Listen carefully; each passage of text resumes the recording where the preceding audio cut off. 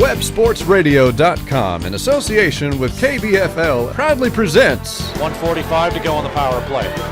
Here is Barrett across the line. Barrett works it, looking for O'Brien. Instead, Barrett takes it in front. Bratton score! Missouri State University Ice Hockey. In all games that have gone into extra time, Missouri State has won. The Ice Bears have won 2 shootouts and an overtime.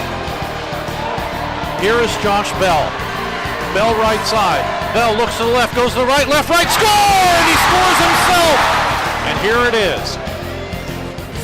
Hole must score. If Stevens makes the save, Missouri State wins this hockey game. So here is Hole. To the left, wide, waits, he shoots, he misses, and Missouri State has won. With the call, here's Steve Casson.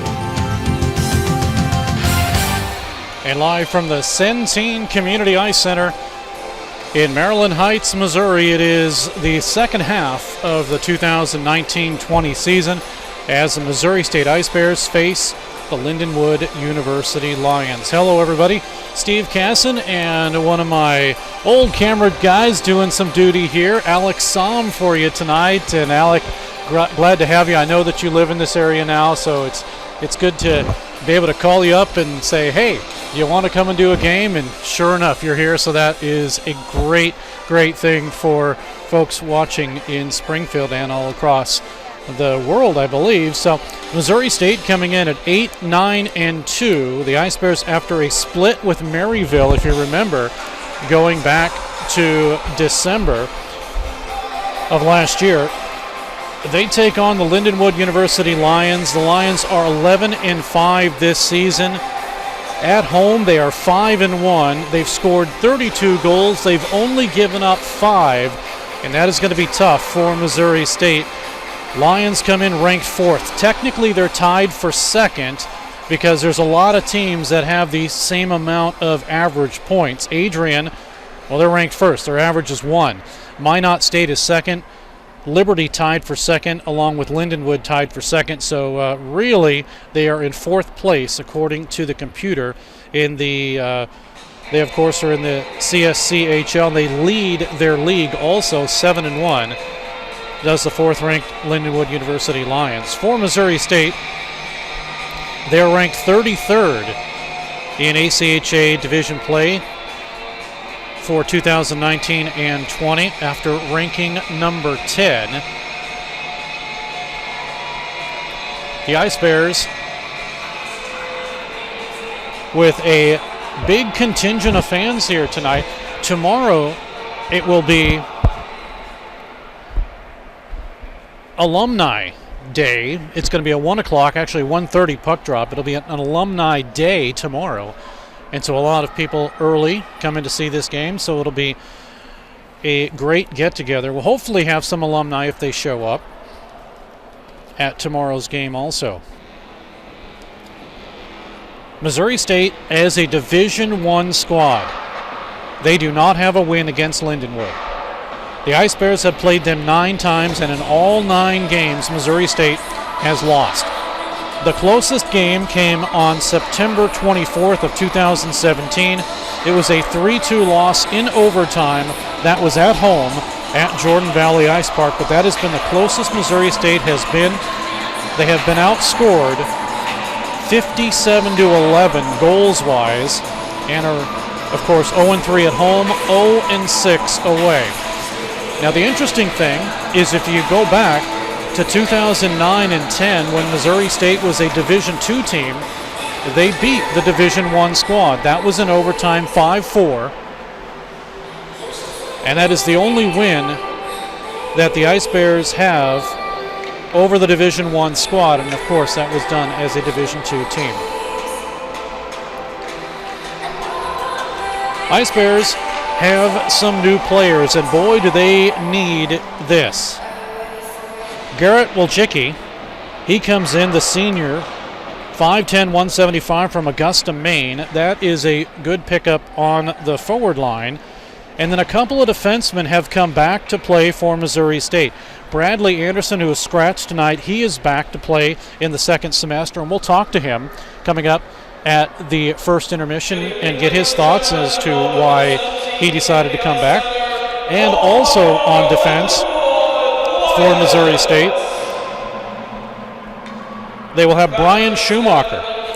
He will come back, wear his number 81. Bradley Anderson will wear number 61. And so the Ice Bears are really happy that they have a couple of more players on defense. It takes all the pressure off of the existing defense, who tonight will be Chris Brown and Brett Houston, Chad Lounder, Sam Heiseroth, Brian Fuller, and Derek Smith on defense. Starting tonight in goal will be Brady Griffin, the senior, 3-5-1 with a 3.81 goals against average and a .906 save percentage. Starting goaltender for the Lindenwood University Lions will be Cooper Cedot, the sophomore, 6'1", 175 out of Northville, Michigan. He's 9-5 with a 1.22 goals against average and a .943 save percentage. We'll see if we can get a public address feed, but we'll get that probably the next period, see if we can get that set up for you. But they are announcing the starting lineups for Missouri State.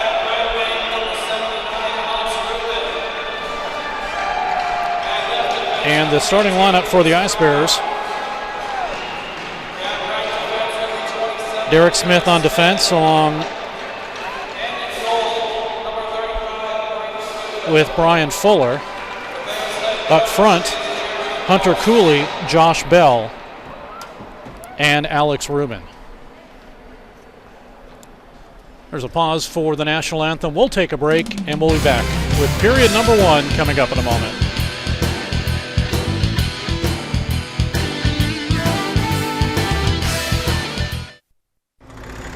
This is Barrel Bob, MoDOT's Work Zone spokesbarrel. You'll be seeing more of me as the weather warms up. Crews will be working on our roads. That means lanes will be closed for construction and maintenance work on our highways. As you approach a work zone, please don't drive distracted. You need to pay attention. I want you and my friends working on the roads to all get home safely. Remember, buckle up and put down your phone. A message from the Missouri Department of Transportation. Your best source for awards of any kind is always Bowles Trophy House in Springfield. Trophies, plaques, medals, gifts, ribbons, and more. You get top quality and great service at Bowles Trophy House, serving Springfield and Southwest Missouri for over 40 years. Call them at 417-869-8720. And if you need embroidery work done, logos, digitizing, and more, come to Banners and Brainstorms in Bowles Trophy House at 601 South Kimber.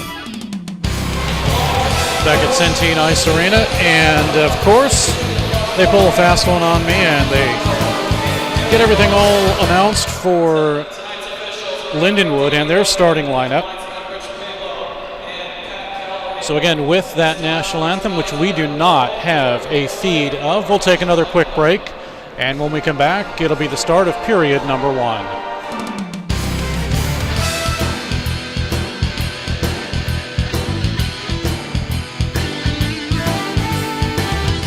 Kelly Office Products presents Great Moments in Office Technology.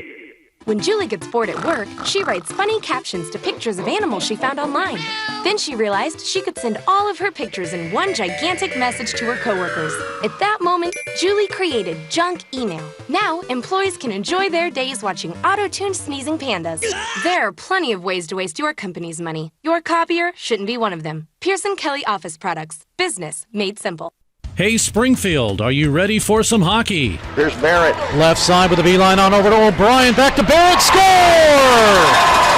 Steve Casson here, voice of your Missouri State Ice Bears. Join us at Jordan Valley Ice Park in downtown Springfield for this year's excitement. This is head coach Jeremy Law. The Bears are back for another season, so check out our schedule at MissouriStateHockey.com and get your tickets now. Here come the Ice Bears. Turin with Bell catching up. Turin shoots. Score! Oh, baby! Back at Centene Ice Arena, Steve Cass and Alex Salm, as we are just about ready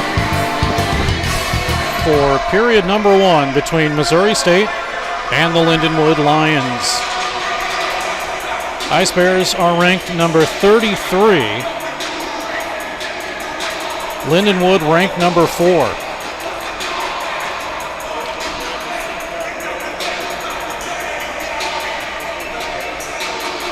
Ice Bears, much like they do at Jordan Valley Ice Park, will be to our left, and Lindenwood will be to our right. In to take the draw for Missouri State will be Josh Bell, and he does win it from Nick Green, and it goes back into the Lindenwood zone. Quickly taken by Apor Nurminen, and Nurminen sends it in. We'll get an icing call for the first stoppage in play. Apor Nurminen is one of 3 players that currently has points that are actually playing for Lindenwood still. 6 goals, 3 assists, 9 points. Zach Mitchell has 3 assists, and Alex Kalal has a goal and 5 assists. The only 2 players for Missouri State with points that are still actively playing. Zane O'Brien, 2 goals and an assist, and Josh Bell with 2 goals and an assist. Play comes down to the Missouri State zone, sent behind the net, checked off there, comes to Nurminen at the left point. Nurminen will work it down in low to Kalal. Broken up from him, Nurminen left side, tipped in front, backhander, just missed wide. Green was in front, a broken stick in fact, and as he tried to push it wide, he was being tied up by Derek Smith, who broke his stick, and that was a good thing because Green missed it just wide into the open net. Still no score. Puck flipped down to the Missouri State zone. Ice Bears with a quick line change. 19:04 left in this period. Around the broken stick. Chad Lounder gets hit behind the net. Working it now is Andy Willis. Willis with a check up high, near side boards. Battle for it there. Now it will go with a shot by Billy Dennis. That's held on to by the Ice Bears goaltender Brady Griffin. Dennis, the junior from Gastrop, UK. I think I'm saying that right. Grastorp. 6'3", 215 is what he's listed at. Face off with the right of the Ice Bears goaltender Brady Griffin. Sent right through and goes to the right side. All the way down by Matt Runyon behind the net. Now getting pushed down, still with it, is Vigard Ferret. Ferret played for the Springfield squad. That, of course, the Springfield Express, who used to play at Jordan Valley Ice Park. Far side. Ferret is a junior out of Stavanger, Norway. Ice Bears with a line change. Puck at center ice of the new Centene Community Center. Blues logo is there. Of course, this is the new facility for the Blues. 17:57 that is to go in the period. Puck cleared out to center, and it is taken by the Ice Bears. In the zone by Nikita Solnikov briefly. Now it's grabbed by Austin Wilk. Wilk sends in a bouncer, save, rebound. The Ice Bears are able to get to it, and they clear it, and not out. Nurminen tried to chase it, gets it over to the far side to Tommy Heinzman. Heinzman averaging 1.1 goals per game. Well, that's a little misleading. He has 2 goals, 8 assists, but he's only played 6. Now back into the Lindenwood zone. Ice Bears finish their change. Working it is Zach Mitchell. He'll have it left side. Mitchell around a sliding Derek Smith. Up the middle, loose, in front, and underneath the stick of Tommy Heinzman. Heinzman had it. Now the Ice Bears intercept, getting a stick down in front with Spencer Sollenbach, and it's cleared out to center. With a backhander by Sollenbach, all the way down to the Lindenwood zone. Swung around by Wilk. Cut off there. Held in by the Ice Bears, Brett Houston of Springfield. The sophomore sends it to the near side. Now it's taken by Braden Shea. Shea's pass. Colton Crago. He'll work it down in low. Crago back to Shea. They work it to the point. Coming in too soon was Brendan Murphy, and it's out to center ice, where Newmanen will regather. 16.5 to go in the first period and no score. Missouri State trying to get back to 500. Lindenwood at 11-5 this season. Now right up the middle and front drive and a save. Good save there as it came from down low and skating right through was Shea, and he was able to make the save was the Ice Bears goaltender Brady Griffin. Back of the Lindenwood zone. Lions ready to set things up to Nurminen. Looking for Klimlowski. Nurminen can't get it, but the Ice Bears can. Here's Cooley. Cooley shoots, and fighting it off and making the save was Cooper Cedot, and he'll hold on. 15:49 to go in the period, and no score. Leading scorers for Missouri State as of the start of this second half. Josh Bell, 6 goals, 21 assists, 27 points. Hunter Cooley, 10 and 6 for 16. And Jordan Bratton with 5 and 8 for 13, along with Travis Barrett, 8 and 5 for 13 points. Ice Bears in front of their own bench. It gets tipped up and out of play, so we'll have another face-off. That should come at center ice. Rich Ballow, Danny Bethman are the referee corps. And Craig Callahan, I believe, at center ice just made the face-off. Dot. Lions with Runyon across the line. Left side to Klimlowski. Now up the middle to Green with a shot. Ice Bears goaltender doesn't have his mask on, and he's trying to yell at the official to say it's off. And they say, fine, we get you.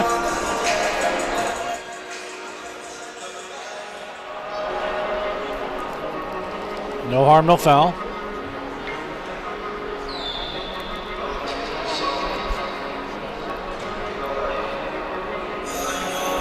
Not a Gump Worthley situation.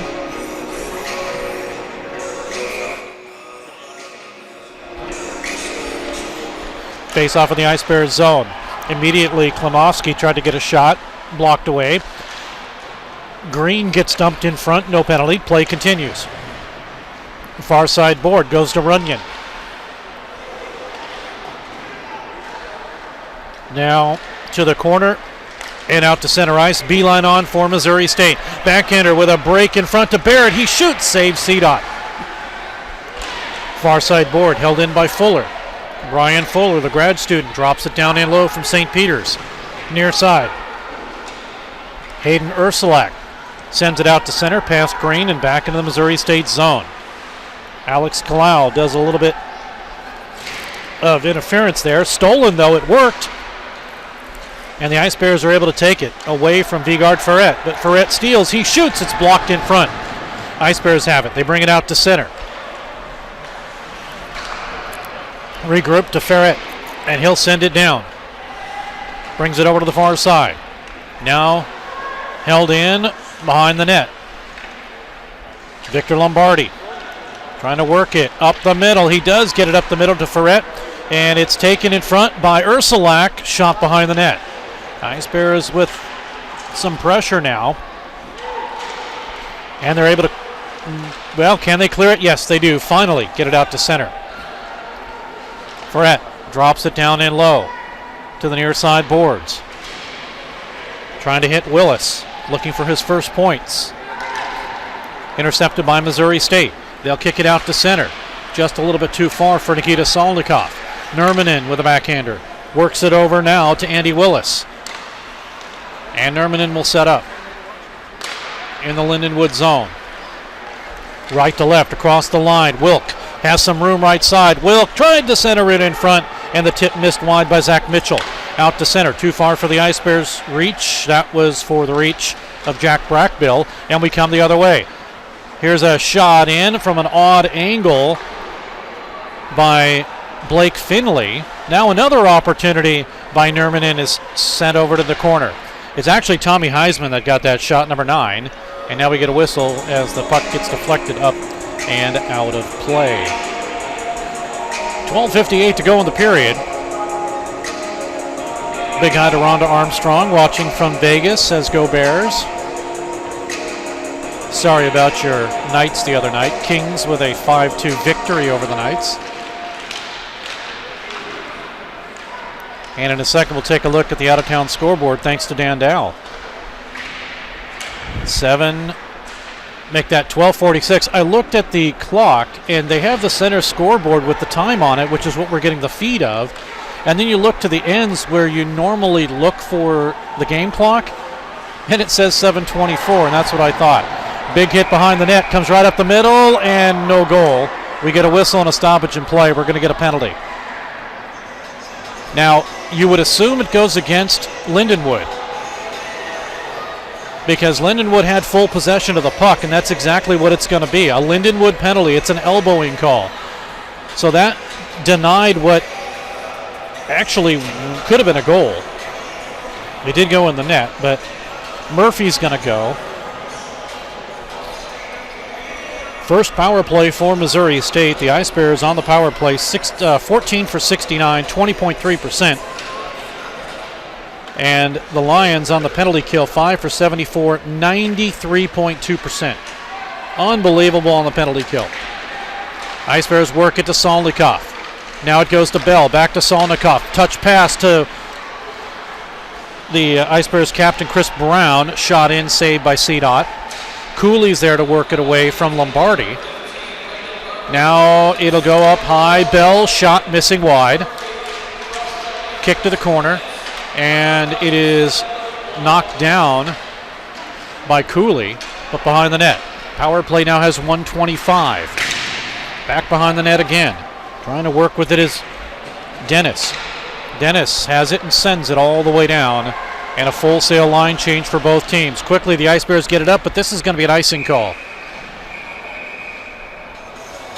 Goaltender Brady Griffin was looking for an Ice Bear to streak past everybody. That didn't happen, so we get an icing. With 1:09 to go in the power play, 11:38 remaining in the first period. Steve Casson along with Alex Somm. Thanks for joining us. Alec, do you still have your website? Alex Somm. Well, you've got your YouTube, Alex Somm. That's just it. If you get a chance, go to ALECSAHM on YouTube and check out some of his videos. He's got great videos that he's done for Missouri State. And I don't know if you have anything else on there, but good stuff. Just quite a few? Okay. Award-winning stuff, right? He says, yeah, you wish. Play is underway. I meant not that it's not good, that maybe they just overlooked you for the Academy Awards or whatever it is. 11:16 to go in the period. Here come the Ice Bears, beeline on. Travis Barrett tries to work it through.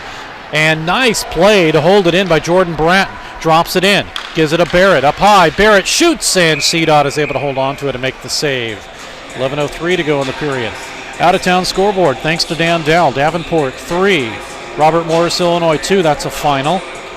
Michigan Dearborn 10, Concordia 1. That is through 2 periods of play. Rhode Island 2, Delaware 1. That's through 2. And Ohio 1-0 over Illinois. That's early in the second period.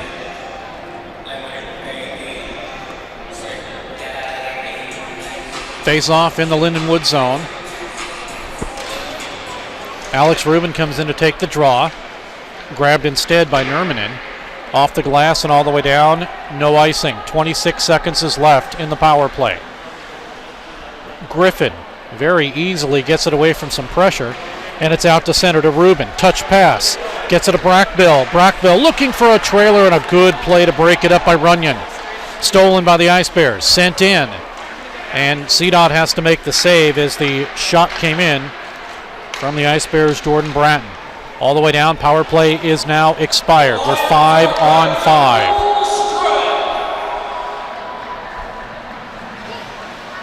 Shots on goal favor Lindenwood, 8-4, but Missouri State is starting to get things going here a little bit. Although they're not getting the quality shots I think they need. Still no score here with 10:08 to go in the period.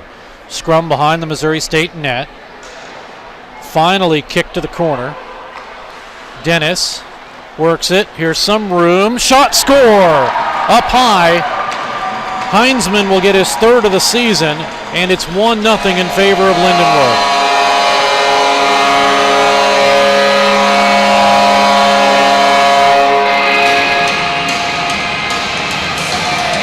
third goal of the season for Tommy Heinzman.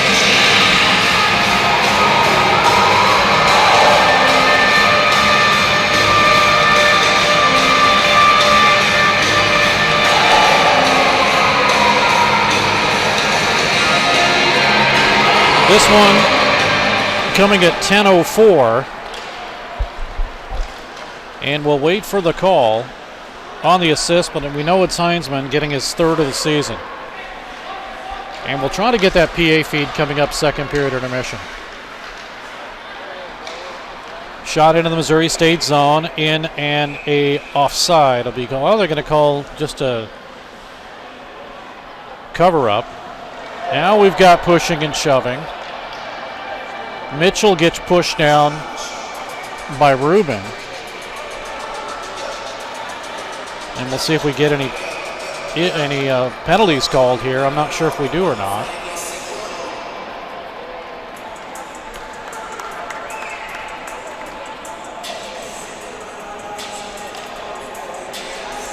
Apparently nothing.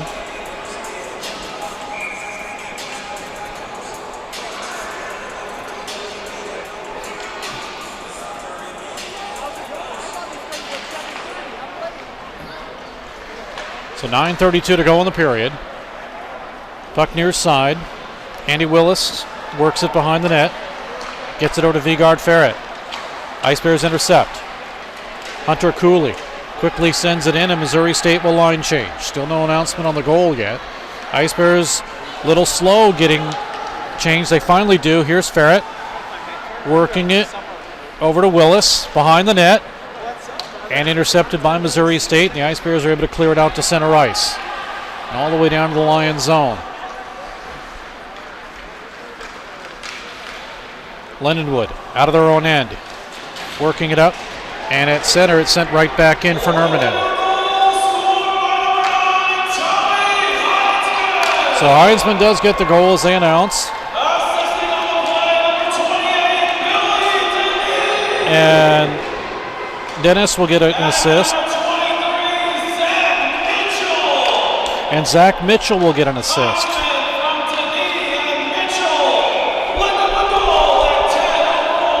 So 10:04 will be the Heinzman goal, his third. Dennis and Mitchell with the assist. And that's the only goal right now. 8:26 to go in the period. And faceoff will be in the Missouri State zone.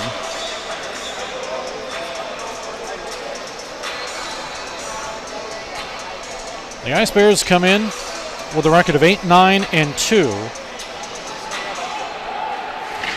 Lindenwood 11-5, and that's good enough for fourth in ACHA Division I play. Colton Crago keeps it on the line. Now Finley with it. Crago pushes with Matt Maddie. It'll go to the far side, and Crago has it. Snapshot. Maddie's there to break it up. Crago keeps it again. Crago, odd angle shot, save, rebound, loose. It hits a skate, stays in the zone. Lombardo with a shot. It's blocked. Regains. Sends it down in low. Chris Brown for Missouri State. Centered right up the middle by Lombardi, and it's out to center ice.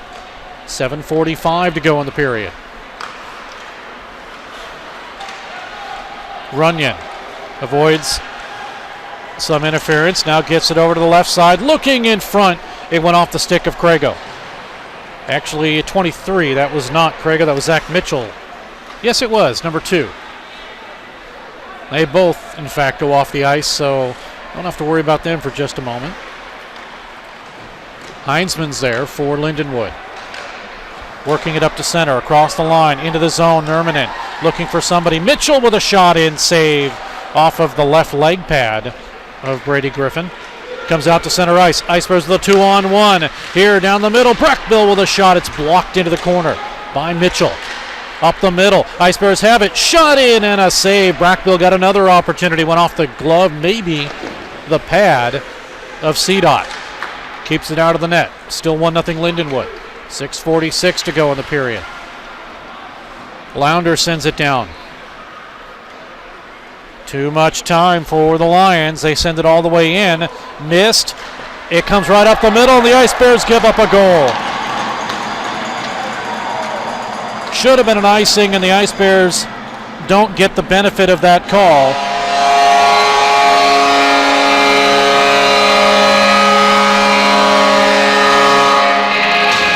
And unfortunately, it's a goal for Lindenwood. Just a goal that comes in wide of the net and right out in front. Lindenwood will pick up goal number 2. This one is Zach Martin's second of the season. And it is a 2-0 lead for Lindenwood.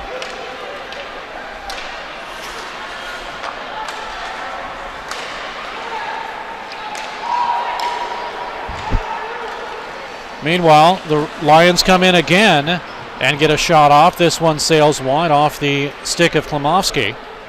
And it's out to center ice where Green will regroup. 2-0 Lindenwood. Heinzman is third, Martin his second.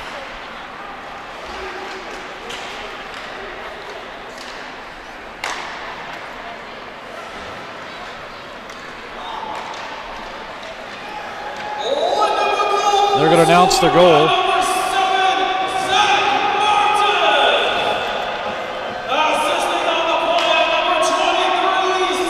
So they're going to give Mitchell an assist. And that is the only assist. So Mitchell gets his second of the game, assist-wise. And now we get a stoppage in play. Well, the shots on goal are telling the tale of this tape right now. 16-5 in favor of Lindenwood. And I mentioned in the history of these two clubs, Lindenwood has scored 57 goals. At home, they have only given up 5 goals. And at home, Lindenwood is 5-1. Puck out to center. And it was ruled a tip. But Travis Barrett wants to go to the bench anyway. Lions out of their own zone. Runyon. He'll send it in. And an Ice Bear gets pushed by Ferret. No penalty. Play continues. Dennis holds it in on the line. Ursulak. Ferret right side. Save. Down in low. Working it is Brett Houston now. Near side with 4:21 to go in the period. Coming up at the first period intermission, a talk with Bradley Anderson of Missouri State, who I believe will be playing tomorrow. Down in the Missouri State zone, this will be an icing this time. 4:02 remains in the period. Heinzman is third, Dennis and Mitchell. That's at 10:04. Martin his second from Mitchell to make it 2-0, and I did not get the time on that goal. I'll get that at the intermission.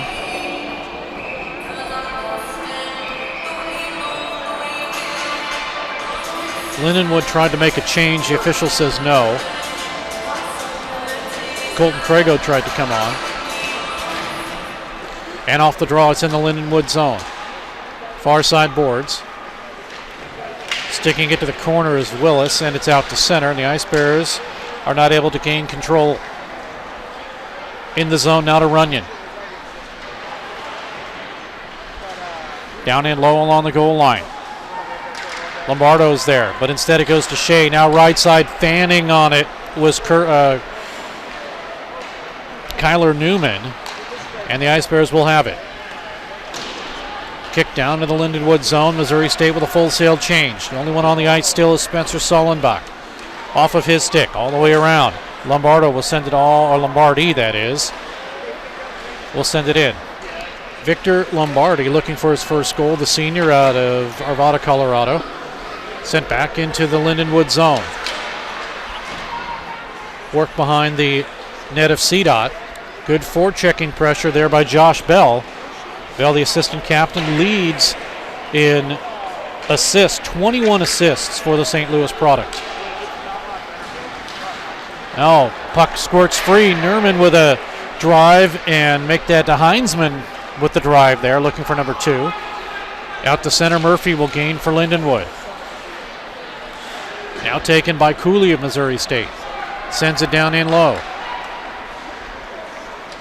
Lindenwood works it to Newman.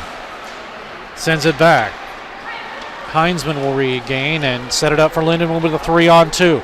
Into the zone to Murphy. Breaks free, right side. Murphy shoots. It's blocked in front. Brown didn't know where it was. Shot comes in again, and it's saved by Brady Griffin, and then he gets his helmet knocked off once again.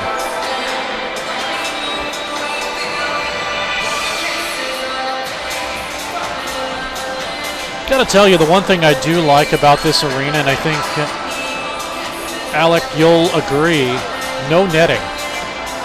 Much better for shots with no netting here. So I don't know if you know, but tomorrow's a 1 o'clock game. You can be here tomorrow, right? I'm just begging for you to be here. You do. I've been told that you do great camera work by everybody that watches. So in other words, they want you to forget whatever you got going and just stay here. But we'll find someone tomorrow. Finley at the red line. Klimovsky is there, but the Ice Bears intercept. Taken by Klimovsky. Past Kalal and is out to center ice, and a big hit by Murphy. Put on the Ice Bears, Zane O'Brien. Now left side, drive in, save, fought off. The rebound in front, fought off again on 2 consecutive shots. The first one by Klimovsky, the second one by Green. Behind the Ice Bears net. 1:34 to go in the period.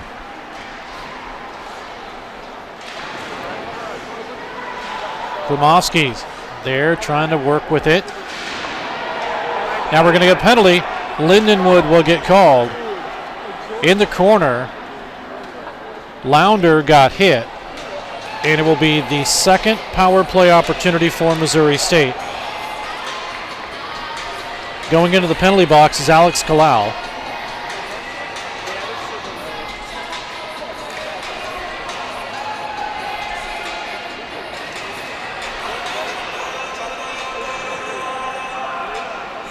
Kalal will go.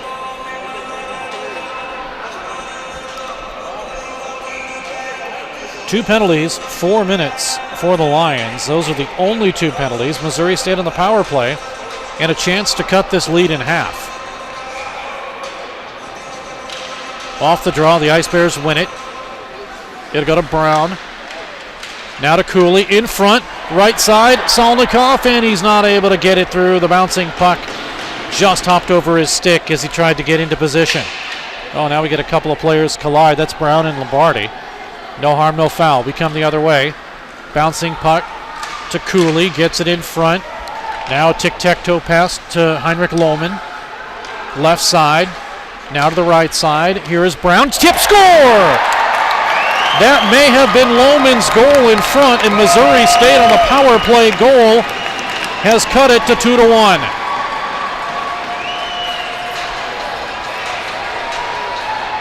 It went off of somebody in front, and I do believe it's Lohman to get that goal.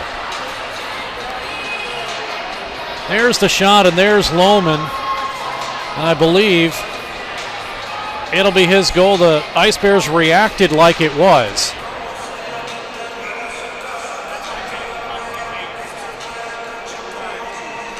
I'm going to give it to Heinrich Lohman. That is his 3rd goal of the season.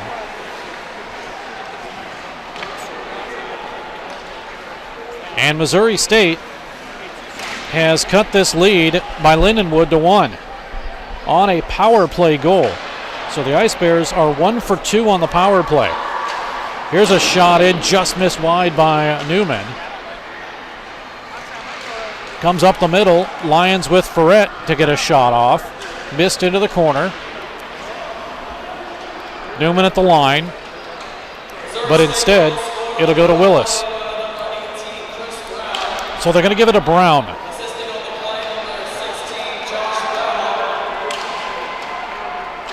So Solnikoff will get an assist. So will Bell, and they're going to call it Brown's goal.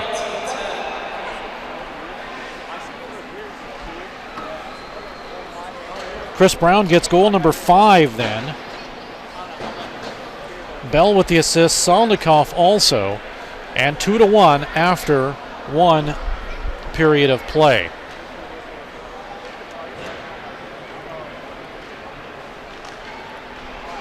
At 10:04, Heinzman his third. Dennis and Mitchell, it's 1-0.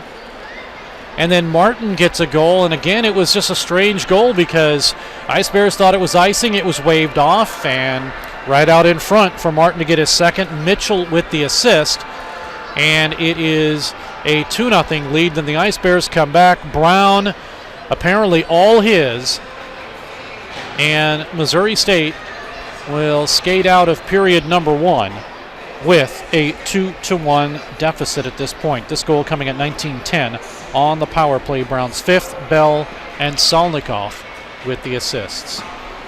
We'll take a break, and when we come back, talk with Bradley Anderson of Missouri State. He's back for his second stint with the Ice Bears. We'll do that in just a moment.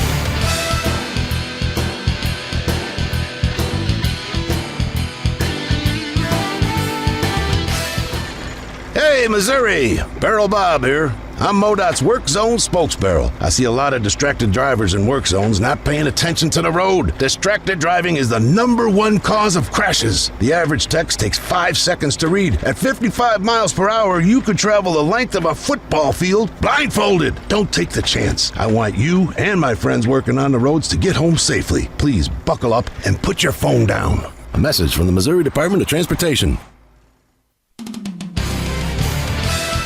Back at the Centene Ice Arena, Steve Casson now talking with the newest member of Missouri State. Well, he's not really new. He's back for the second half of the season. And Bradley Anderson, of course, the brother of Brennan Anderson. And Bradley, I know you probably get this a lot, but you do not look anything like your brother. Yeah, no, I don't look anything like him. I also don't look anything like my little brother. We actually, honestly, all don't really look alike at all. You know, like I could walk into a crowd full of people and you probably wouldn't think that either one of my two brothers and I are related, to be honest. Are you sure you're related? Oh yeah, we are. We are. There you go. So it's good to have you back. You know, Missouri State has really had an issue, not an issue, let's just say defensively. When they found out that certain players weren't coming back, it was a little tough. Guys that maybe expected to be back. And I know a lot of it, and I think a lot of it had to do with schooling. Is that what it had to do with you too? Yeah, it had to do with my schooling. I dug myself a hole in the very first semester that I was here, and I was just putting the dirt back on top of it. Unfortunately, it took 2 semesters. But now I'm back, and I should be back for the rest of my college career. So when I ask you this, have you learned your lesson? Yeah, I definitely learned my lesson. You know, I don't like to blame people, so, you know, blame people for, I guess, my mistakes. So, you know, it's kind of all on me. And so, I mean, it's one of those things where they always tell you at the beginning of the school year, don't slack, don't do this, don't do that.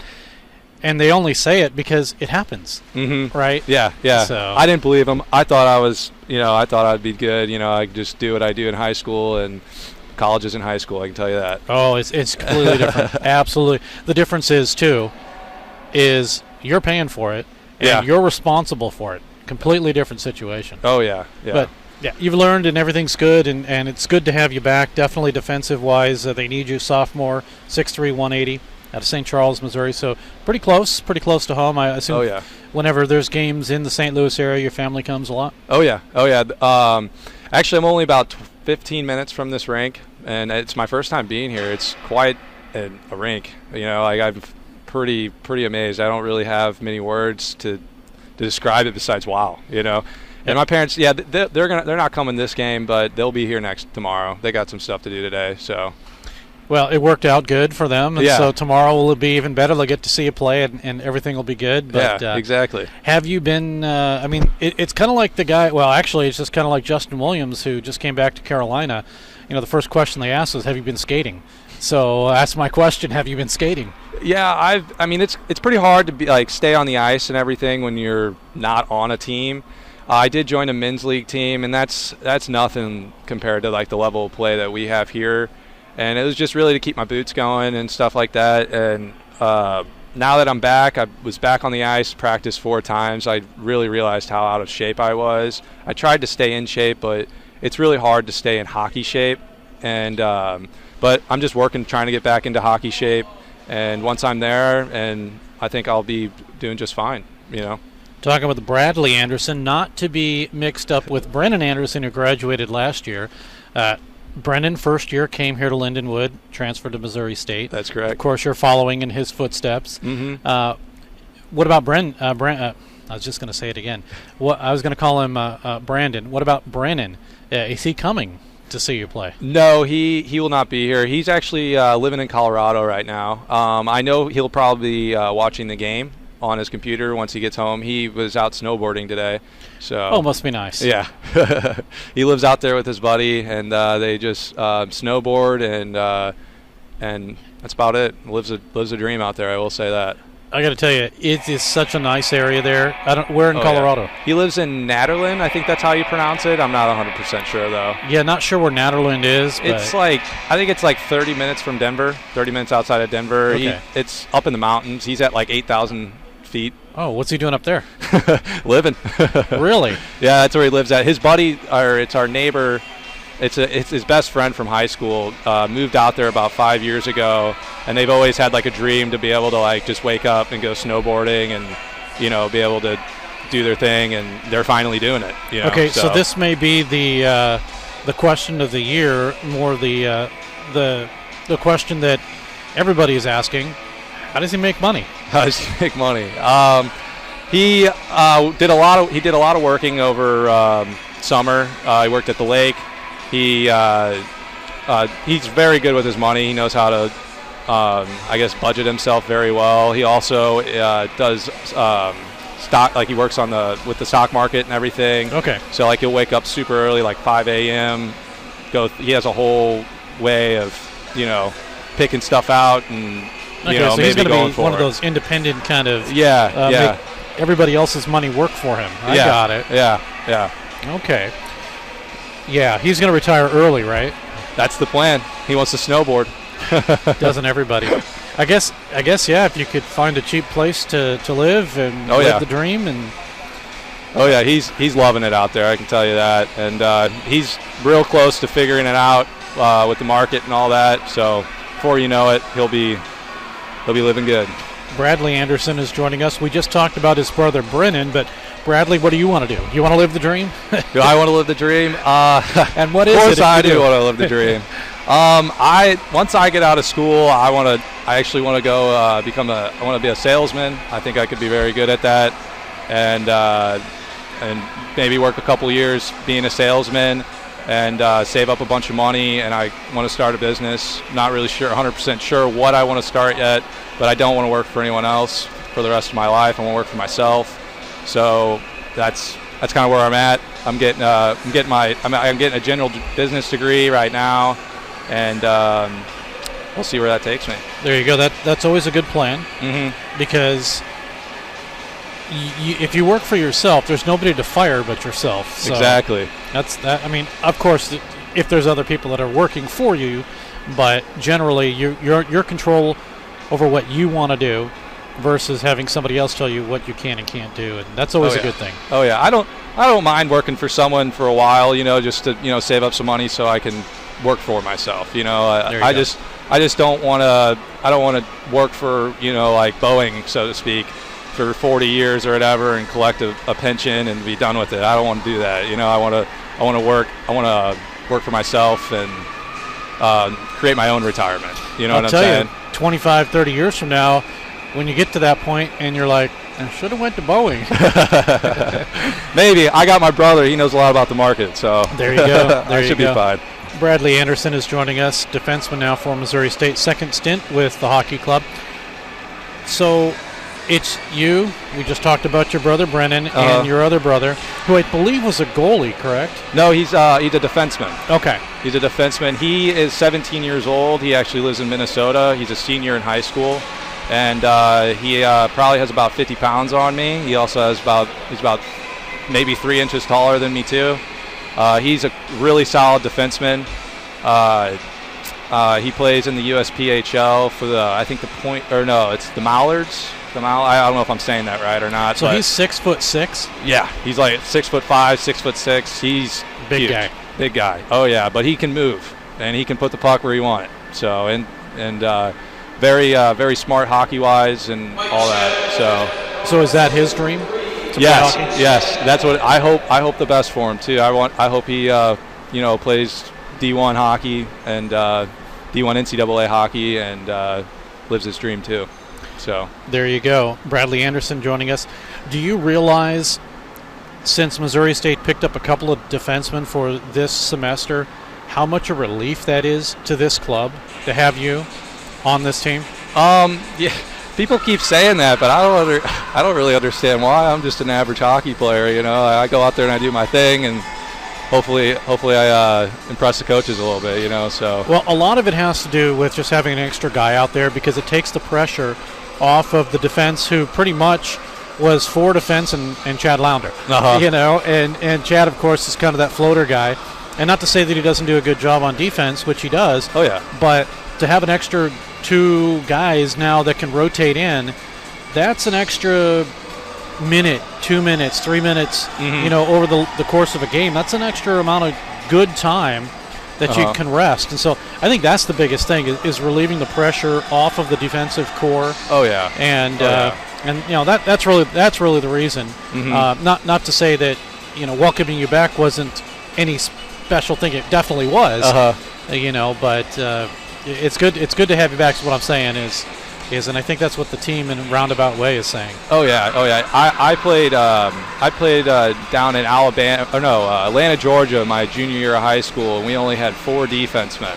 So I know how that is. We had 4 defensemen. We'd go out of town. We'd have 3 games in 4D, and I think I was in the best hockey shape I've ever been in my life. But I know how tiring it can get and how worn out you can be and all that good stuff. And it really isn't. It's not fun. I mean, it's fun, but it can get to a point where you're draining yourself, you know. A couple of more questions as we're talking with Bradley Anderson of Missouri State. Okay, I'm going to ask, who's your favorite hockey team? My favorite hockey team is definitely the St. Louis Blues. So I've always been it. I'm not a fair weather fan. I've been a St. Louis hockey fan ever since I could skate. What's the coolest piece of hockey memorabilia that you have? My coolest piece of hockey memorabilia? Oh man, I got a lot, honestly. I've moved away like 3 or 4 times playing hockey. I'm trying to think of one off the top of my head. Stuff will happen, and you know, I'll think of something. I'll be like, oh yeah, that reminds me of this, you know. Yep.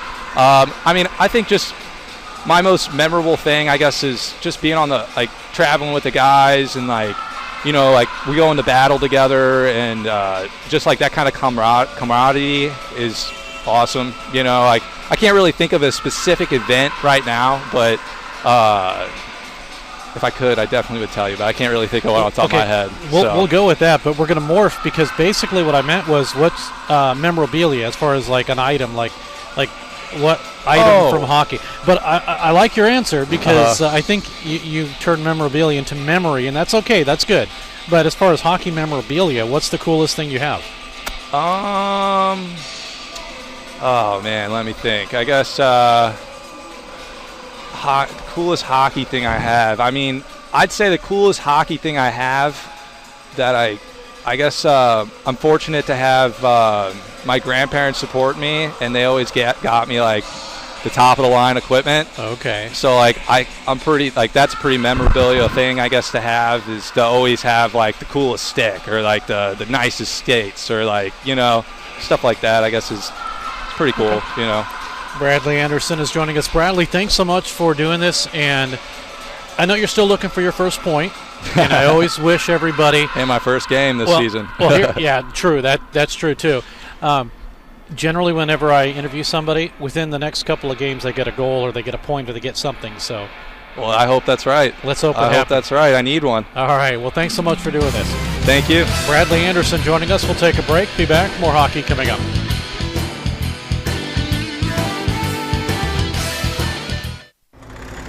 This is Barrel Bob, MoDOT's Work Zone spokesbarrel. You'll be seeing more of me as the weather warms up. Crews will be working on our roads. That means lanes will be closed for construction and maintenance work on our highways. As you approach a work zone, please don't drive distracted. You need to pay attention. I want you and my friends working on the roads to all get home safely. Remember, buckle up and put down your phone. A message from the Missouri Department of Transportation. It's time to drop the puck on the second period. Here's Steve Casson. And we're back at the Centene Ice Arena, or the Centene Community Ice Center, as it's officially known here. And you can see just an unbelievable rink with the Blues logo on it. Absolutely just a phenomenal look.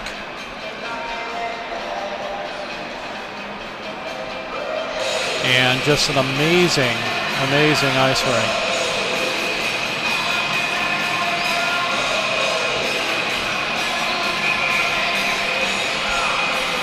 It is a 2-1 lead for Lindenwood. Heinzman his third at 10:04. At 13:32, Martin his second. And then the Ice Bears at 19:10 on the power play. Brown his fifth. Missouri State now 1 for 2 on the power play. And lifetime, that bodes well for Missouri State. They were on the power play 6.5% in the 9-game history of these two teams. And the penalty kill 93.5%, which actually is pretty close to matching Lindenwood's penalty kill percentage this season. But right now, it is Missouri State after the face-off, losing the puck, and Kalau was able to get a shot off. It comes right up the middle, out in front, and Griffin is able to glove it and hold on there. Just 25 seconds into this second period of this hockey game.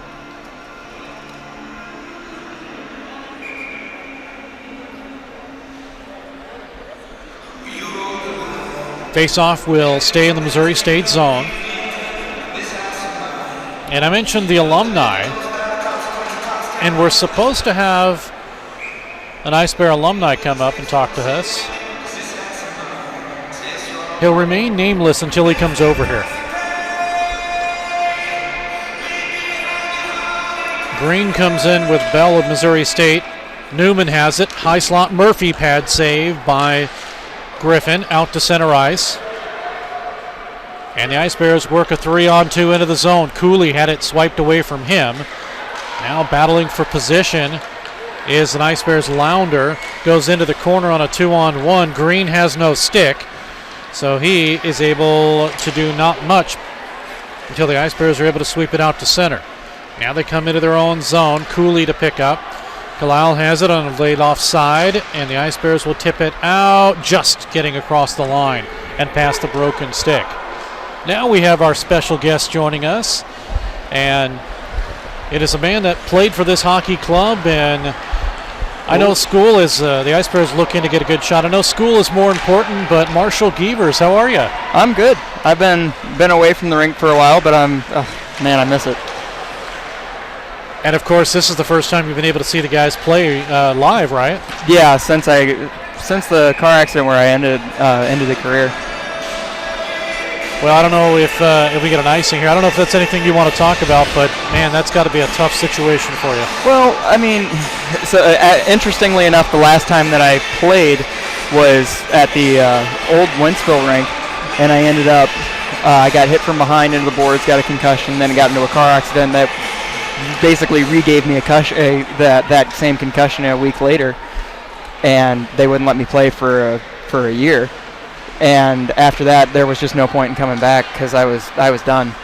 But So now I'm back watching the boys. I mean, I miss the atmosphere so much. Do you play men's league? I haven't got to yet.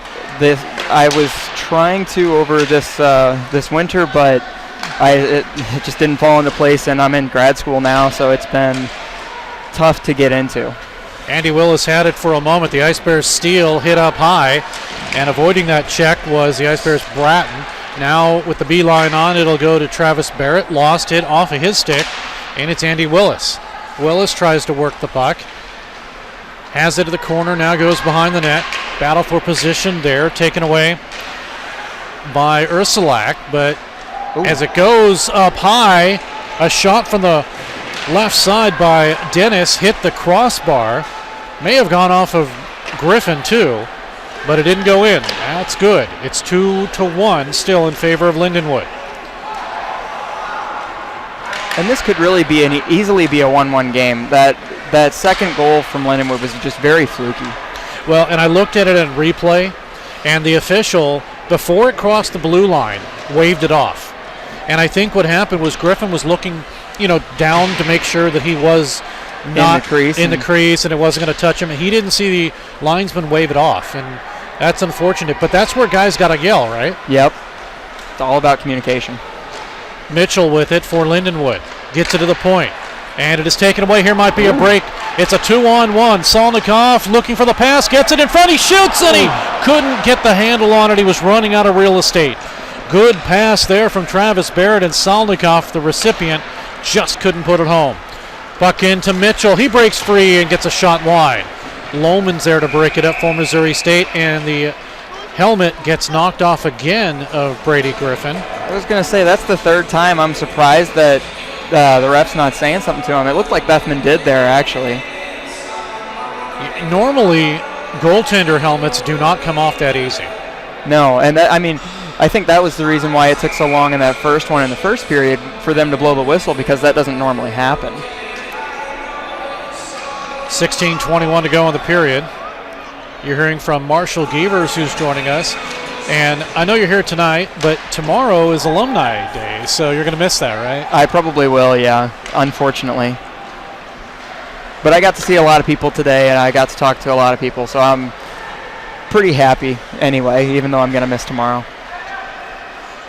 Near side board, Matt Matty's there, but he lost it, and Heinzman got a shot looking for number 2. It went wide. Now up the middle.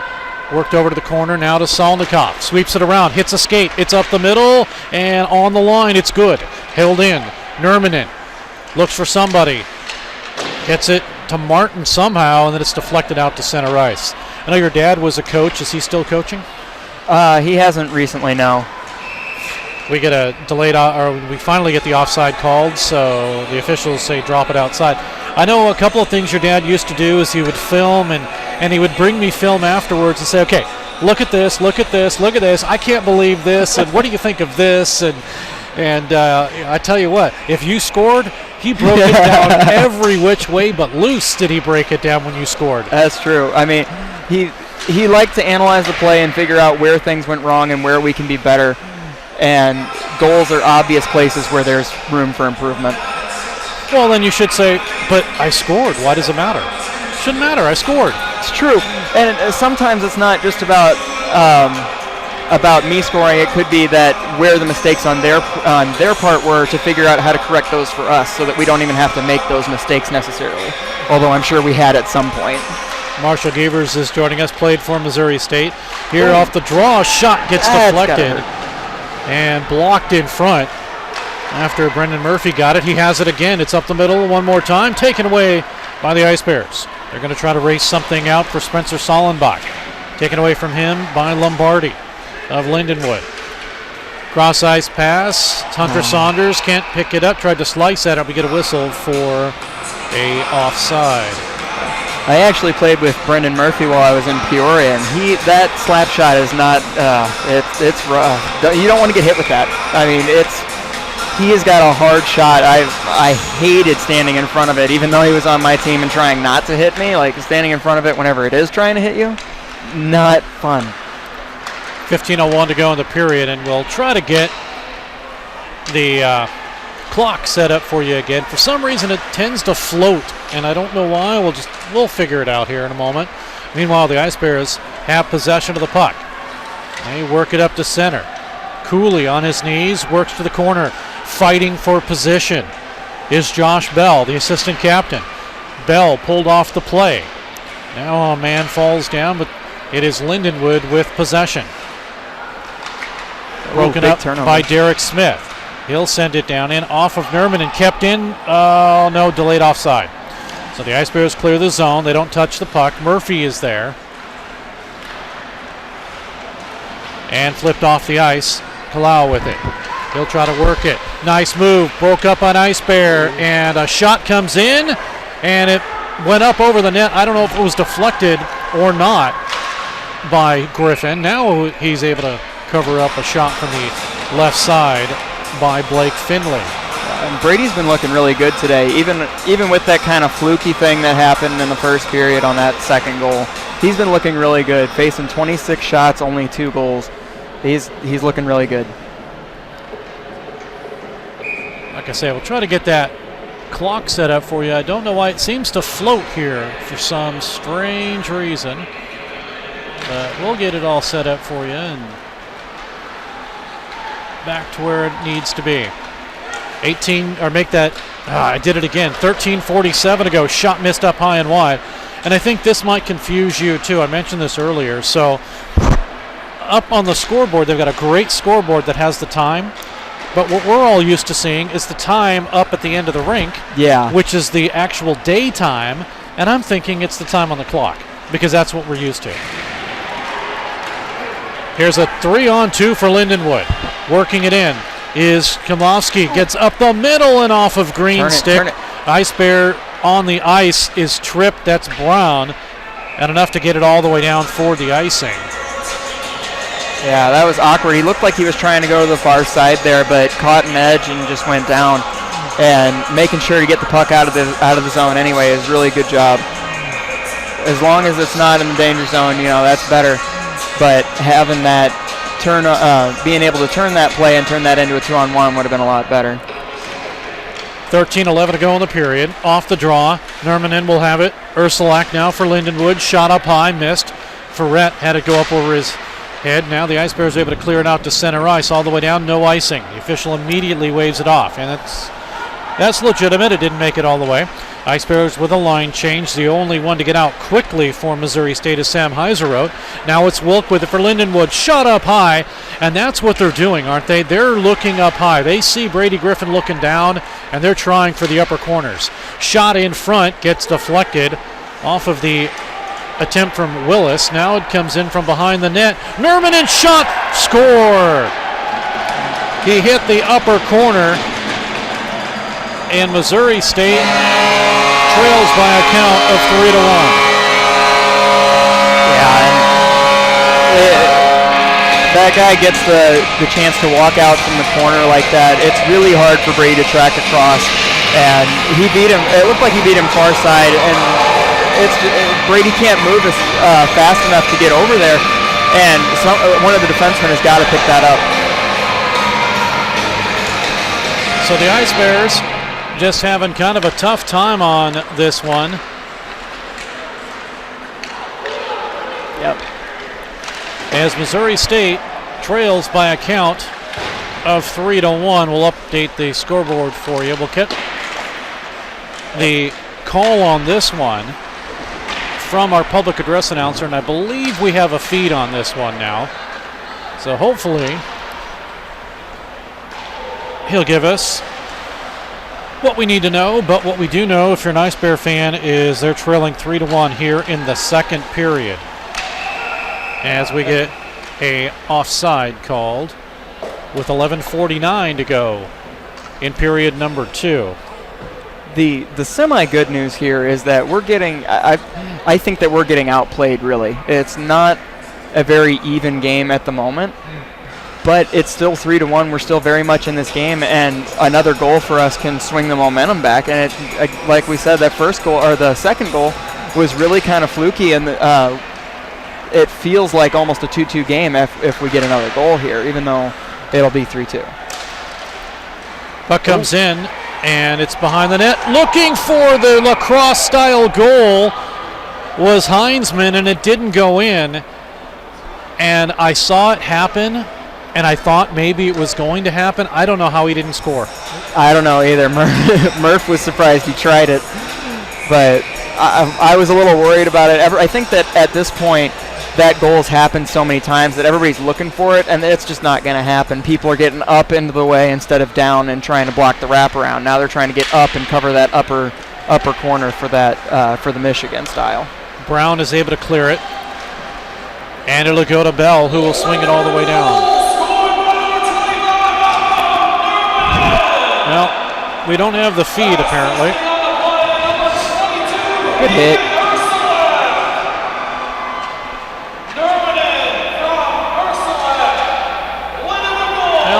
Get it out. There we go. Good flip out by Ruben there. Well, unfortunately, still don't have a feed, but it is Nurminen's goal. We will have to catch the assists on that one. Meanwhile, puck gets flipped up high along the glass by Bell, and we get a stoppage in play. 10:52 to go in the period. You get the feeling if you get another one here, yeah, everything should be good. Yeah, and especially because the score is not too far. One more goal, we got. Really, I think the next goal either way.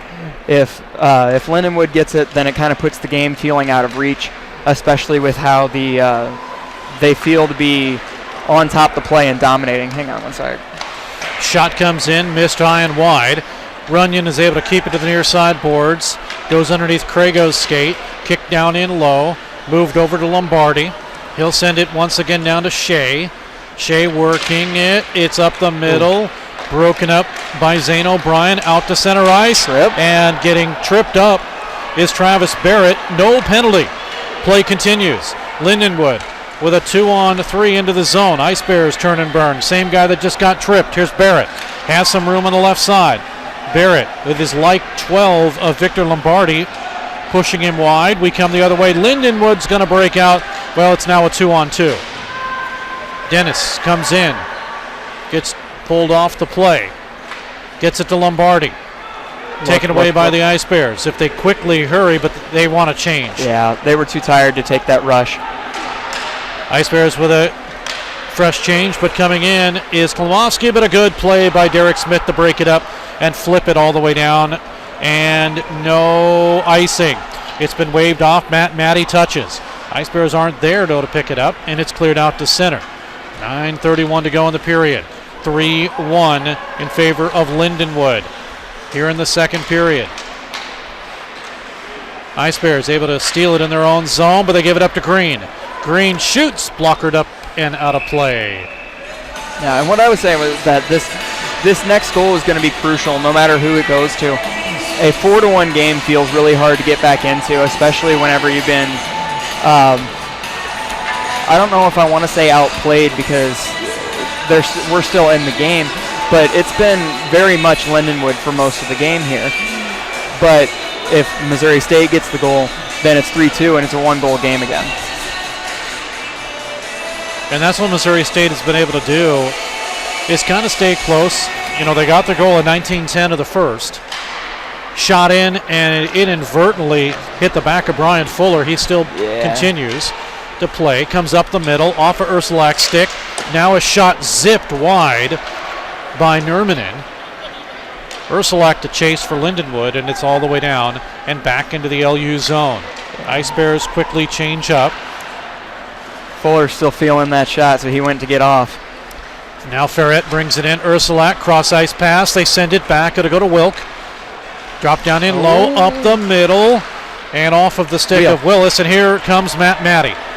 He'll send it in, and Missouri State will change. That's really all the Ice Bears could do. They needed that change. Yeah, and we keep getting these breaks at really awkward times whenever we need the change, where if he was fresh and had the wheels, then he's just right around 25 there. 18-17 to go in the period.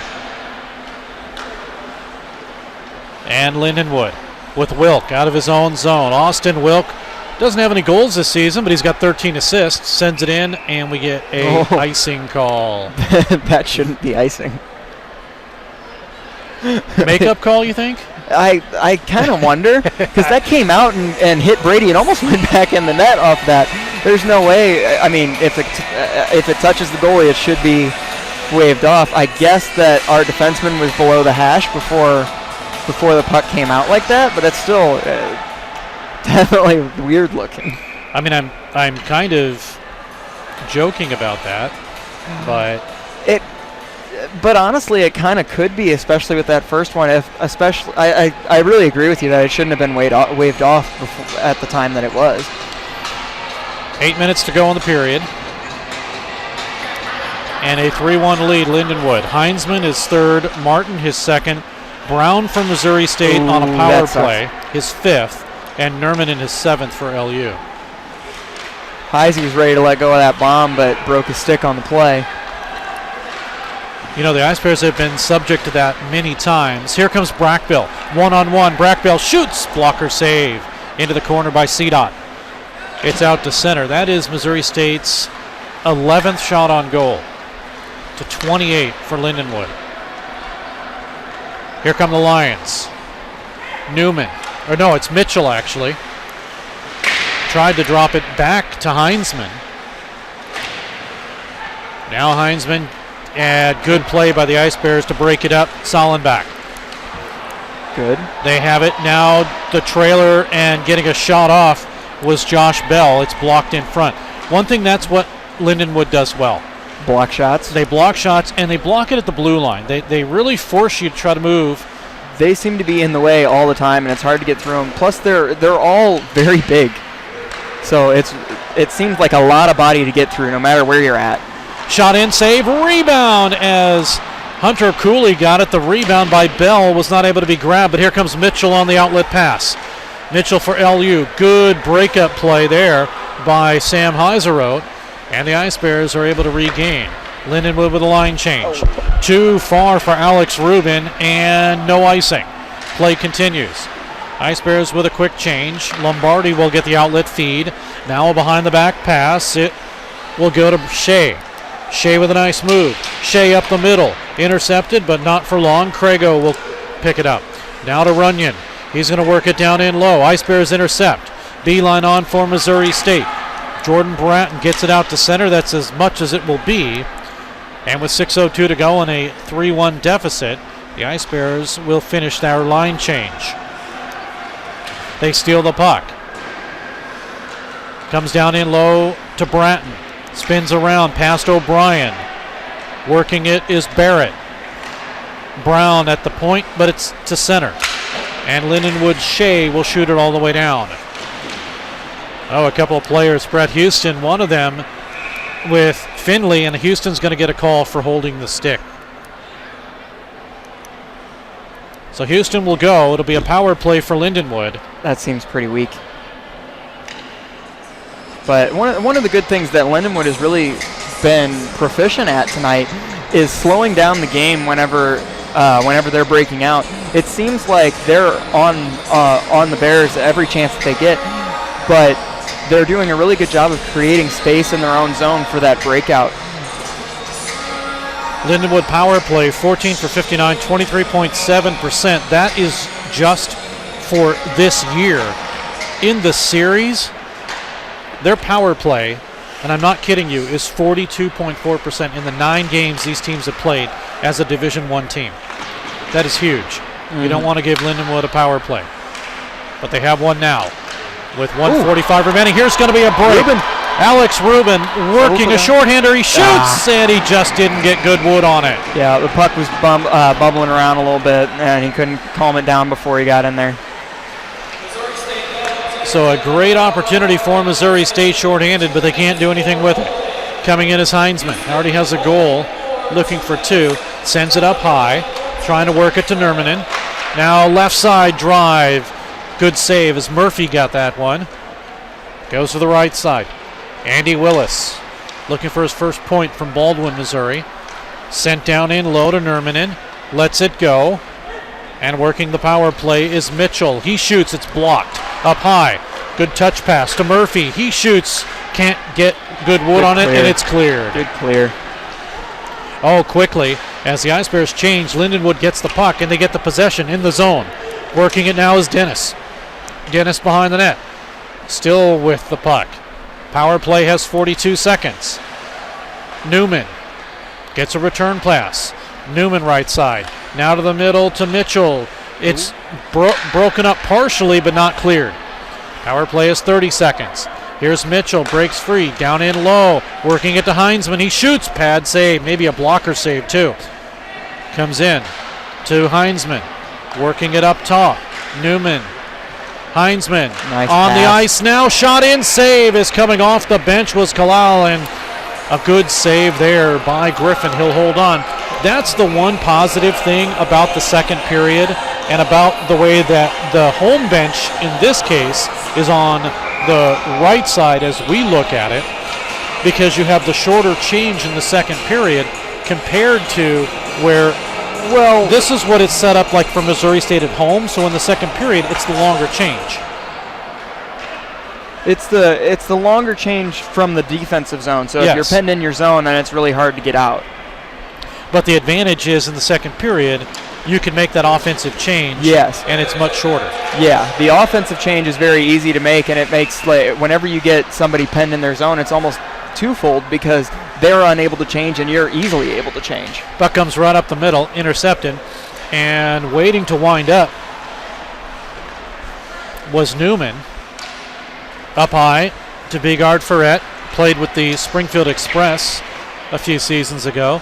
Ferret, who played for the Ice Bears head coach Jeremy Law. Puck to the corner, Ferret has it, right side. Ferret drive in, save. It was actually blocked, never got to the goaltender by the man who has it now, and Brett Houston. Now stolen by Lindenwood, broken up, and Heiserot lost a glove, shot up high and missed. Now to Dennis.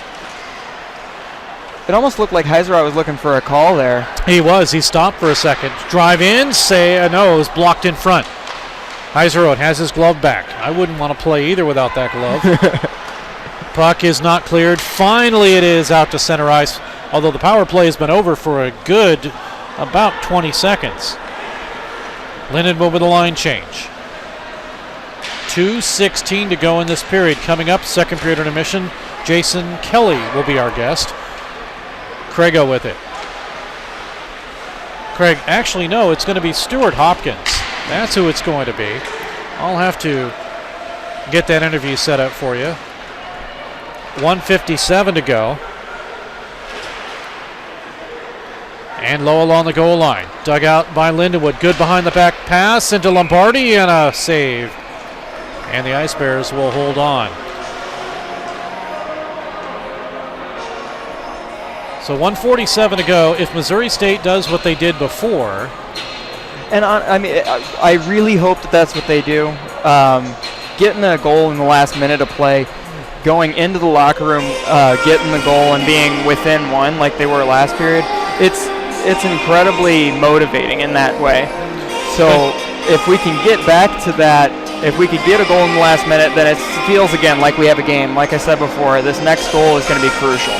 We're going to get coincidentals. Houston's going to go in. Craigo also. So Houston for Missouri State. Craigo for Lindenwood. So offsetting will still skate 5-on-5. No, we're going to go 4-on-4. They're going to put the penalties on the board. Oh, no, I'm sorry. Wait, do we get an extra penalty? Hold on. No, they're both forced. Okay, so it's 4-on-4. Now they put it up because they didn't have it on the board earlier. So that was the issue for me. Now as the Ice Bears almost steal the puck. Went off the skate of O'Brien. Now Wilk down in low. 4-on-4. Lots of ice here. Oh, man. Shot in, save, and he lost it. He lost it for a second, but it fell down in his pads. It was caught up in his blocker, the blocker of the goaltender, Griffin, and he knew it was coming down. He knew it wasn't in the net, but didn't know where exactly it was, and then he found it just in the nick of time. So 1:27 to go. Barring any further penalties, these will carry over into period number 3. So Barring any further penalties, we start 4-on-4 in period 3. Here's Wilk. Has it left side, shot up high, off the glass. Bouncing puck. That gives Zane O'Brien the opportunity in front, and a shot that skitters through, and it's held on by Griffin. Right there was Lombardi to try to poke it through, but Griffin covered it up. So it sounds like unsportsmanlike? Yeah. Oh, Both they both got got unsportsmanlike. Yep. Interesting. The thing about 4-on-4 is there's so much ice out there to be utilized, and you can really move the puck around and create some space, and it's really fun to watch. It is, but I'll tell you what, the NHL with this whole 3-on-3 format, I don't like it. Yeah. But that's just me. Well, 3-on-3 seems to be more. I'll wait till the end of the period for that. Yeah, here we go as we get it. Well, we or get at least, okay. Deflection and a offside. So. 3-on-3, there's so much that's feels random almost. Where I don't know if you saw the game. I think it was against Colorado, but the Blues ended up with a 3-on-0 in overtime. Yes. And you know, it was because one guy knocked over another guy, and the other guy was looping behind the net. And so you end up in this situation where just a small minor misplay can turn into an outrageous odd man rush. Yeah, I remember that because Chris Kerber says, I don't think I've ever seen the 3-on-0 before. So that was great. Meanwhile, play comes in, less than a minute to go in the period, and it's in the Missouri State zone. Ice Bears get it. Here comes Bell. He's trying to race through. He's held. He's going to get it. We're going to get a penalty. And he might get a penalty shot. Well, he didn't have a step. He did not. It was close, but he was still there. It wasn't like he had a clean couple of feet. It was close. He might not have been, and the only thing that I don't think that meets is fouled from behind. That because he was even at the time, even though he was clearly, he had a step on him, and that he was going to get around and have the breakaway, and he tripped him to avoid that. But because he was technically like lateral whenever the play happened, that's probably why that's not a penalty shot, although I don't know. That's a tough call. So the Ice Bears are on the power play, and there is plenty of room here. Although the puck comes out to center ice. 2 minutes holding. Holding is the call. Interesting. 18 seconds to go. Yeah, and puck is out to center. One last rush for Missouri State. 10 seconds. They get one here. This is a different hockey game. Ooh. Comes into Brown. Looking with 5. Brown waits. He's got to shoot. It's blocked in front. That's going to do it. Got it. Although a shot at the buzzer misses high and wide. Yep, and now whenever we return, we'll probably end up. They're probably not going to have a whole lot of time. They might have one rush here where there's going to be a lot of ice out there, and I think that's going to be their best chance to get into this game, get back into the game. 14 seconds left in the coincidentals to Crago and Houston, and then Green still has 1:26. So when all of that said and done, then there will be about a minute and 12 left in the 5-on-4 power play for Missouri State when we head into period number 3. And really, that's going to be the deciding factor, I think, for the game. Is if we get a goal on this power play, then we'll certainly be in the game. And if not, I think that's going to give the Lions the little bit over the top that they need for motivation to close it out. Only goal in this period was Nermanen's 7th, and this one was the one where he just kind of squeaked in from behind on the pass from down in low and was able to get it up over the glove of the Ice Bears goaltender. And could you play that again? Sure. If you want to break it down, we can do that. That's kind of what I'm thinking about. Because so what happens here is the pass beats Heiserot to the front of the net. But the bigger issue is that guy that just looped out high. So here, Heiserot gets beat, and the defenseman has to stay over on the back door. Flounder's got to stay over on the back door guy. but the center, who you see curl out of frame at the very beginning of the clip, he's the one that's really needs to be his guy. And this is one of the things that we harped on a lot whenever I was younger, was whenever you make that big power turn out, instead of stopping hard and getting back into the play, you lose about half a second. And if you watch, 11 is half a second getting back into the play.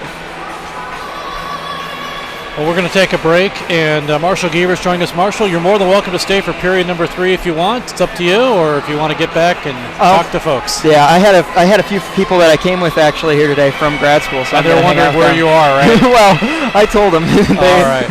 Well, I appreciate it. Thanks for joining us for period number 2. No Marshall Gevers used to play with Missouri State. Unbelievable goals every time you touch the stick. There, the stick. Appreciate it. Puck. All right. Well, thanks so much for doing this. We'll take a break, and when we come back, have an interview with Stuart Hopkins of Missouri State.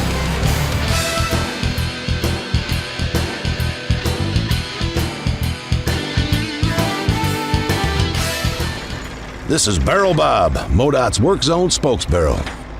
You'll be seeing more of me as the weather warms up. Crews will be working on our roads. That means lanes will be closed for construction and maintenance work on our highways. As you approach a work zone, please don't drive distracted. You need to pay attention. I want you and my friends working on the roads to all get home safely. Remember, buckle up and put down your phone. A message from the Missouri Department of Transportation.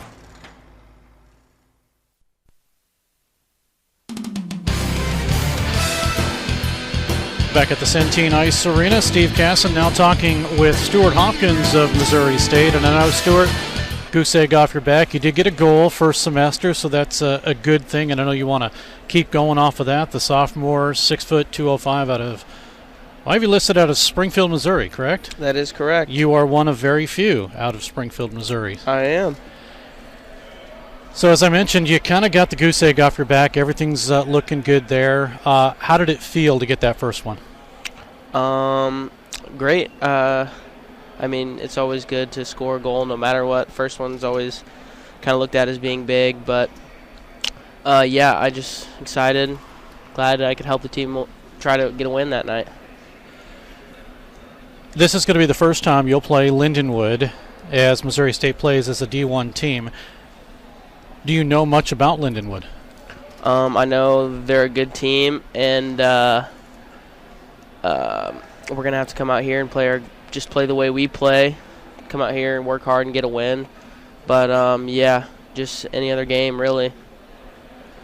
Well, this is a squad that, if you look at them statistically, you kind of really don't want to. As Missouri State plays them as a Division I squad, their power play is 93.5%. Bottom line, don't take a penalty.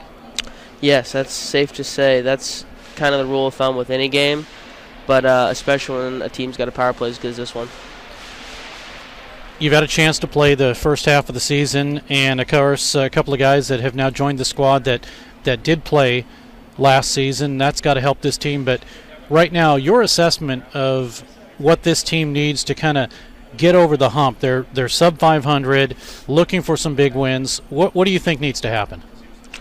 Yeah, I don't know. I don't think we need to change too much. I think it just really just kind of put your nose to the grindstone, keep working hard, doing the right things, doing the little things, and everything I think should work out just fine. Talking with Stuart Hopkins of Missouri State, came from the Division III squad. What's the difference been? Division III, not to take anything away from Division III, but the play is so much different compared to Division I. What have you noticed and what have you learned? Just make the right decisions and make them quickly.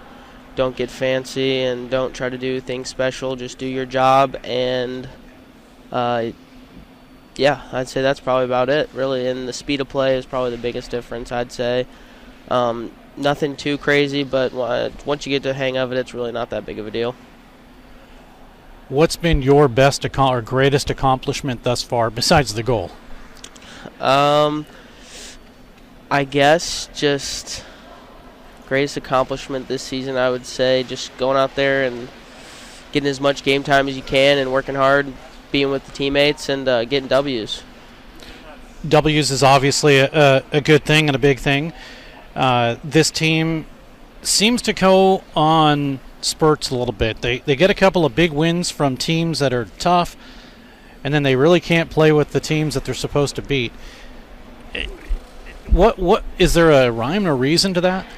I think it goes back to what I said about doing the little things and staying focused and working hard and just playing the game. I think sometimes get a little caught up in the game and maybe make some poor decisions, but I don't think there's any team that we can't compete with nor beat. And I think it just comes down to working hard and grinding out the tough stuff and getting it done at the end of the night. Stuart Hopkins is our guest joining us.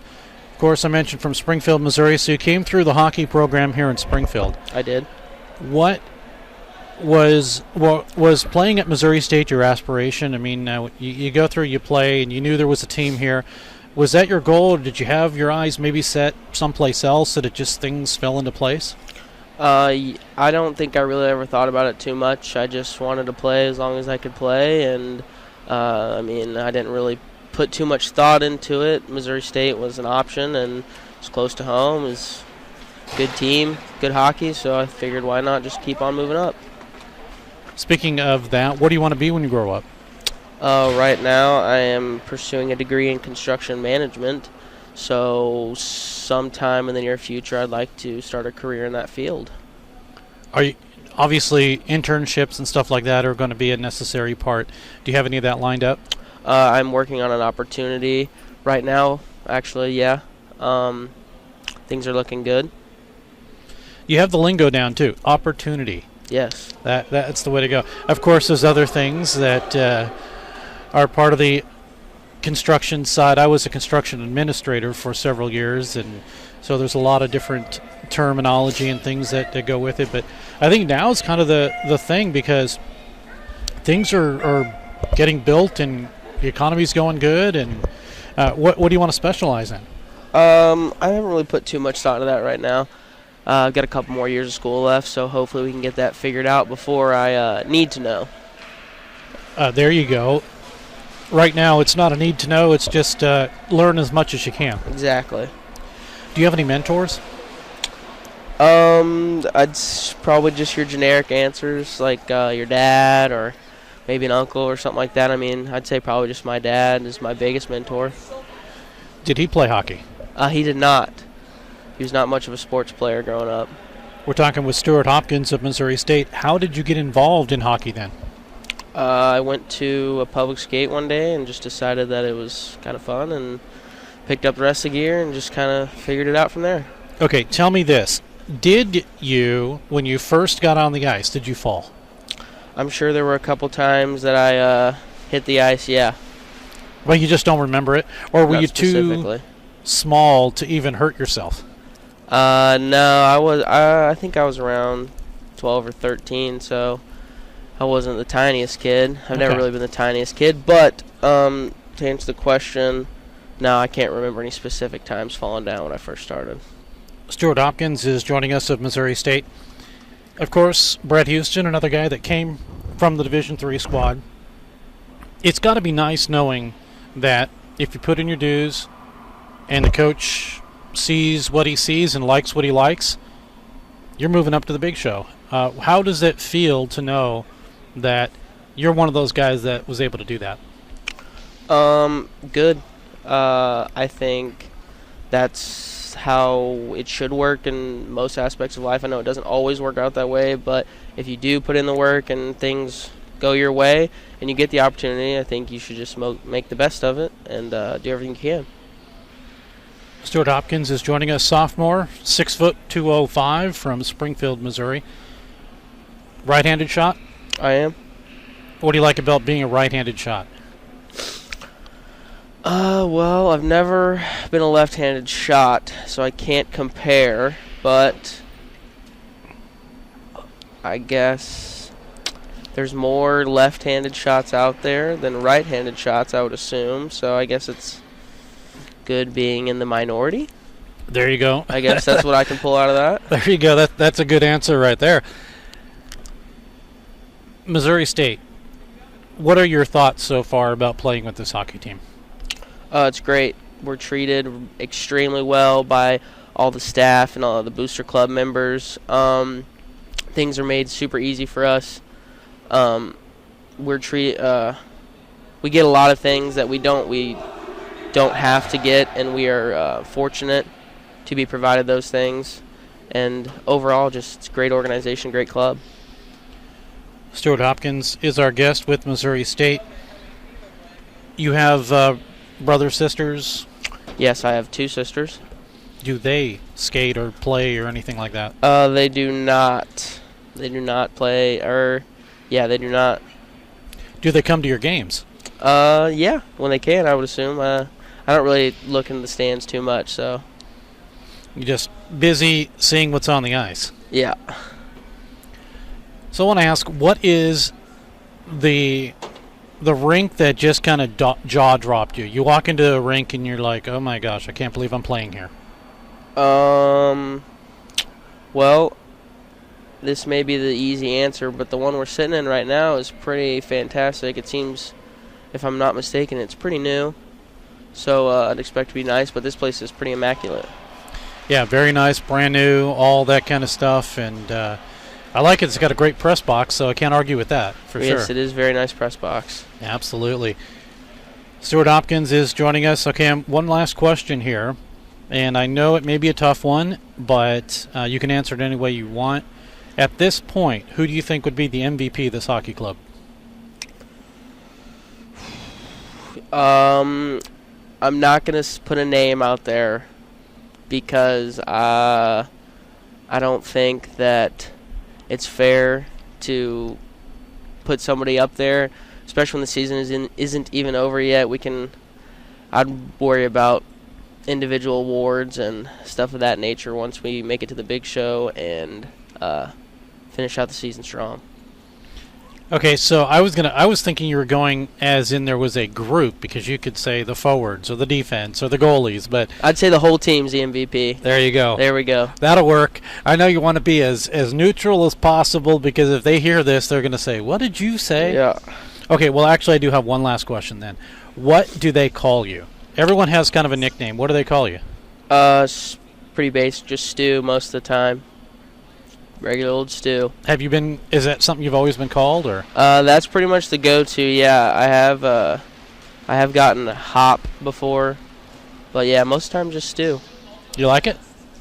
Yeah, it's fine. It's better than some other names, right? Yeah. Definitely not the worst choice. There you go.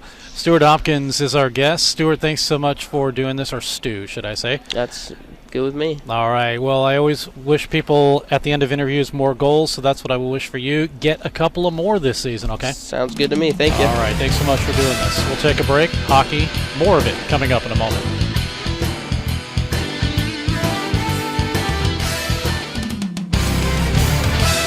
Let's head for the third period. Here's Steve Casson. Well, they want to get things going, and that's what we're going to do is get period number 3 underway from the Centene Community Ice Center.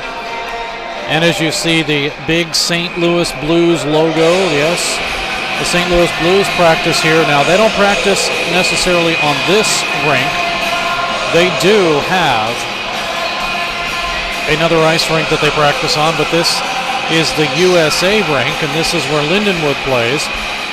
And they also have an outdoor rink, and I don't know, Alec, if you've seen that outdoor rink. That is a blast. That is pretty cool.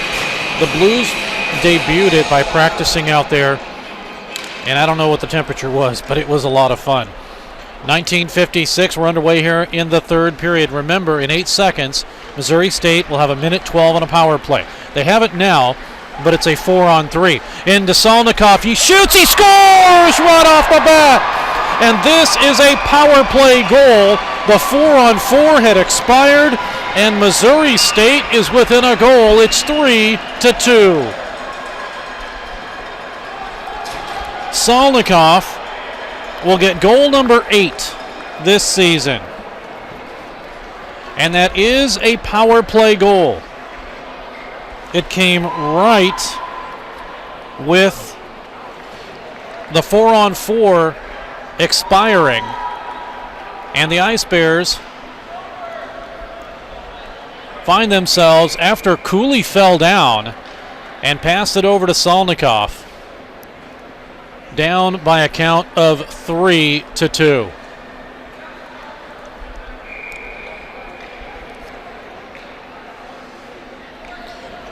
So Missouri State, 18 seconds into this game, or this third period, that is. On the 8th goal of the season for Salnikov on a power play goal. The Ice Bears are 2 for 4 on the power play. Maybe 2 for 3. I'll have to double check that one. I think they are, yes, 2 for 3 on the power play, not 2 for 4. So that bodes well for them. It's 3-2, and that has quieted the crowd here. Shot comes in, tipped just wide. Went off the stick of Brendan Murphy.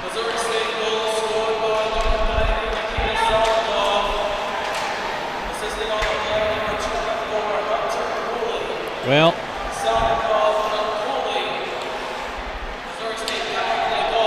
Salnikov from Cooley is all we know, as we get an offside. 18:43 to go in the period. We had the public address feed working, and for some reason, it's not. So, with a quieted crowd, we know that it's Salnikov from Cooley, his 8th for Nikita.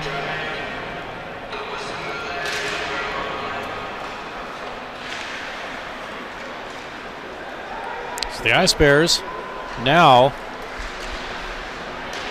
have some life. 3-2 on only their 13th shot in this contest. And shots like that do not beat CDOT.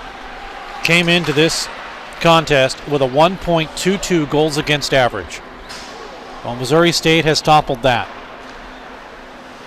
Now take advantage of it. Now we get an Ice Bear pulled down. No penalty. So apparently getting hog-collared is not a penalty, according to the officials, as we play on. Walking out in front, it's broken up and cleared now by Zane O'Brien. Travis Barrett, who remembers being pushed earlier, tries to push off as the Ice Bears line change. Ferret with it. Up the middle. Over to Mitchell. Mitchell has 2 assists in tonight's game. Goal scorers, Heinzman, Martin, Nurminen for Missouri State, Brown, and Salnikov. Now Nurminen with it. Broken up from him. Pulled out to center. And back into the Lindenwood zone. Ice Bears, can they keep it onside? They cannot, but they gain possession now with 17:12 to go in the period. Flipped up, down, and in. Off of Lohman's stick. Wilk. He'll move it behind his own, or make that, he moved it out to center and shot it behind one of his own players, went off of their skate. Now possession again to Heinzman. In the zone. Behind the back pass, broken up by Brackbill. Kicked out to center. Brackbill with it again, off of Martin's stick. Now Brackbill to chase, but taken by CDOT and flipped out to center. Ice Bears have it. Lohman with the drive in. Brackbill has it deflected to the far side. Spencer Sollenbach, 2 goals, 3 assists for the St. Louis product. Comes right up the middle through the crease and over to Chad Lounder. Lounder pulled away. Behind the net, Wilk is there. Gains possession, gives it to Crago. It's out to center. Now Lounder to work it into the zone and send it down. Missouri State will change. They get Hunter Saunders on the ice. Now working it is Rubin. Off of his errant pass, it's out to center. Bell will intercept. Backhanded in. Kick to the corner. And now it's returned to Shea. Shea for Lindenwood, 2-on-2. Shea with a drive in, saved by Griffin. He'll hold on, 15:28 to go. in now a 3-2 contest.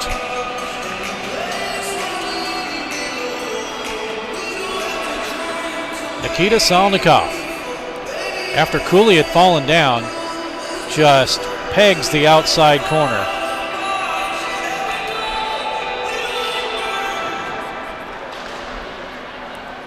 Now 15:23 to go in the period, and it's a different game now. Back in the Lindenwood end. Kyler Newman, 1 goal, 12 assists, averaging .81 points per game. Here is Cooley, steals it to Bell. He shoots. C-Dot with the save, and he'll hold on.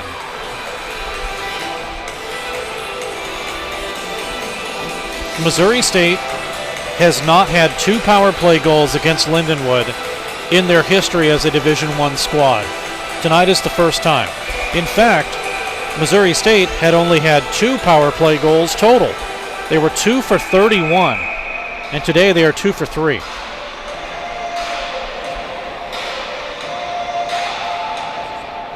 And they've only limited Lindenwood to 1 power play, which they have not scored on.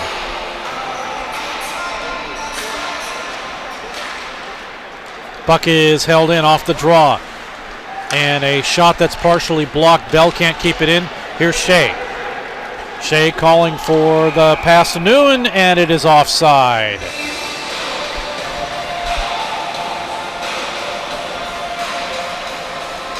.48 to go here in the period. Offside. We'll bring it outside the line. Don't forget our next broadcast tomorrow. Missouri State Lindenwood right here. Centene Community Ice Center. We'll have it for you. 1:30 is puck drop, but we'll be on the air earlier than that.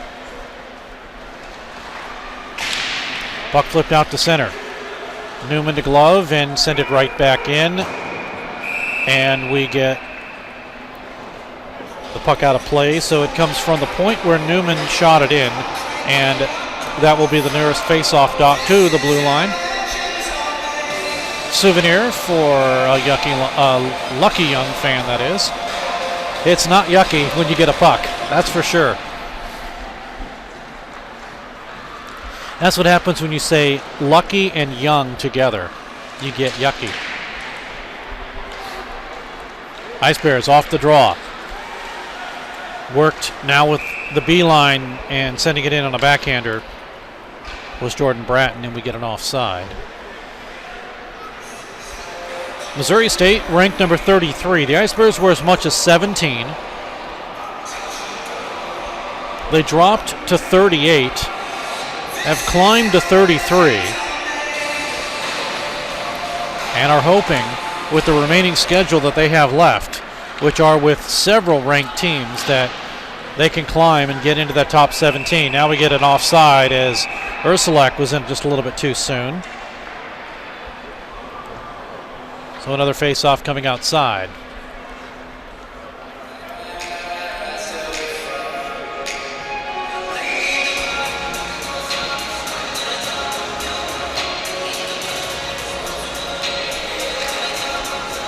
Now Missouri State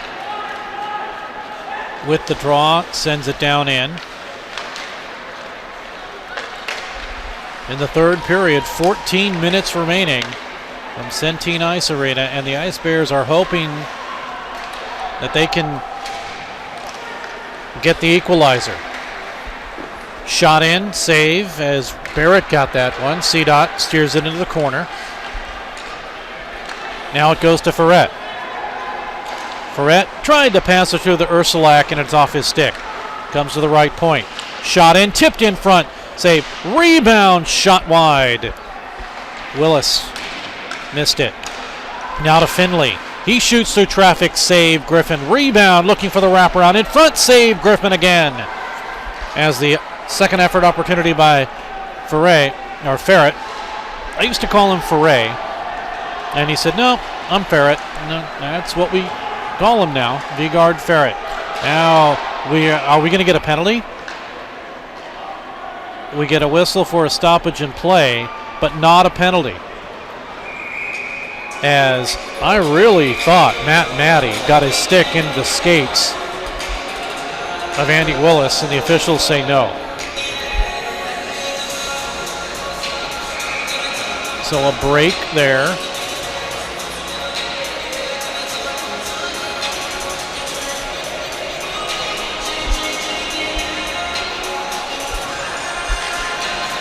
And the face-off is won by Lindenwood. Kept in by Wilk. Shot in, missed wide. Finley's there for Lindenwood. Lions ranked number 4. They're technically tied for second, but ranked as 4. Finley able to glove it down. Ran into the big Heinrich Lohman, 6'2", 225. Now Mitchell breaks free. He shoots, glove save, and it goes up over as Brady Griffin made the glove save. He didn't know where it was after he made the save, but he stayed in position. He knew it was not in the net, though. 12:26 to go in the period. Nurminen for Lindenwood. Reset to Runyon. Now Solnikov almost steals from Missouri State. Fans starting to get interested in this one. It's a 3-2 game. Heinzman centered it through, and a shot from the right side goes wide as Mitchell regained that one. Nurminen with a backhander. Heinzman to pick it up. And puck knocked down, apparently not with a high stick, so we play on. Off an ice bear. That was Sollenbach. Taken by Lindenwood.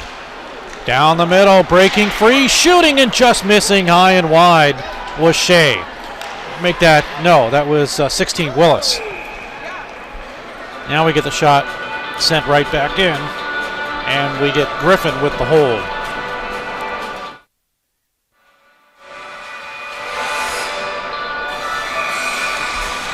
.11:33 to go in the period.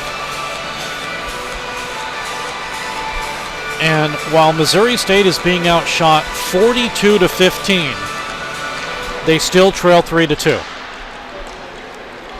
Cooley out to center. Picked up by Bell to Cooley. And they tried to get it across to Rubin, but not able to get there. 2-on-2, now 3-on-2 for Lindenwood. Ursulak looking in front. Willis is there. Helping out is Houston, along with Bell for Missouri State. Now it'll go to Cooley. He'll flip it up to himself. Cooley may race through. Cooley gets pulled off the play. Wilk is able to center it back into the Missouri State zone.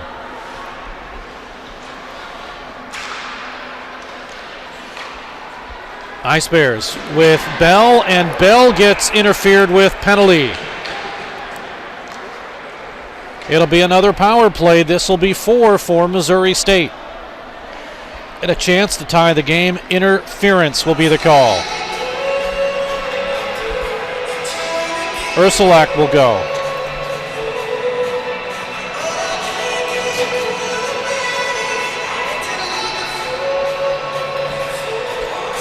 So Missouri State with a golden opportunity to tie this game. False face-off will do it again.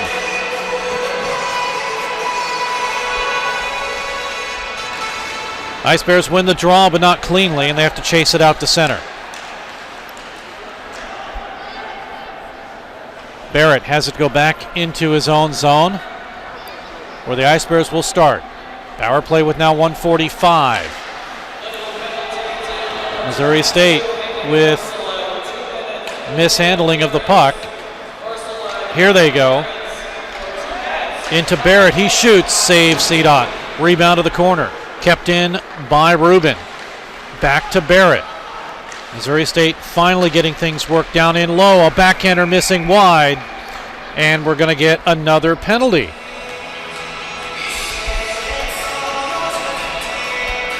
Or do we get the net dislodged? That's all it is. Net was dislodged. No penalty.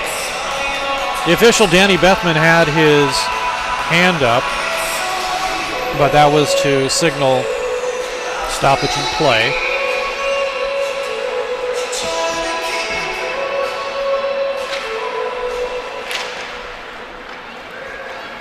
Off the draw on the Lions are able to clear it out to center ice. Green, bouncing puck, goes to Murphy. He spins around. Remember, Lindenwood is shorthanded, and it's poked out to center ice. Ice Bears will change.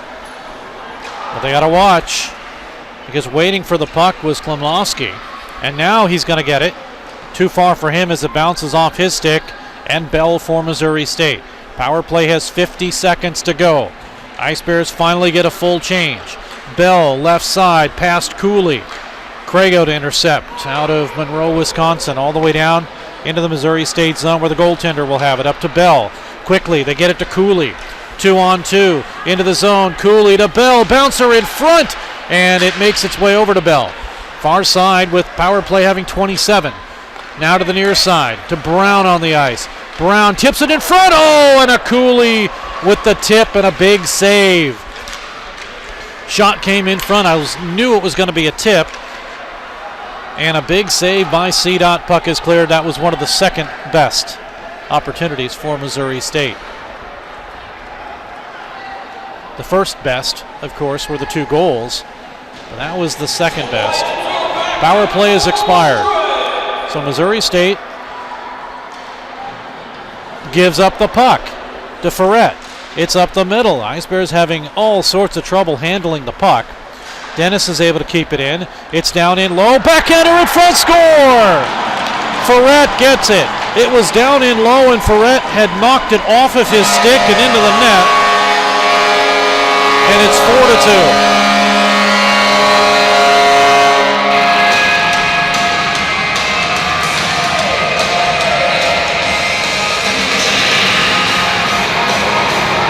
So Vigard Ferret will get credit for this goal. That's the tail end of it. We'll reset it for you.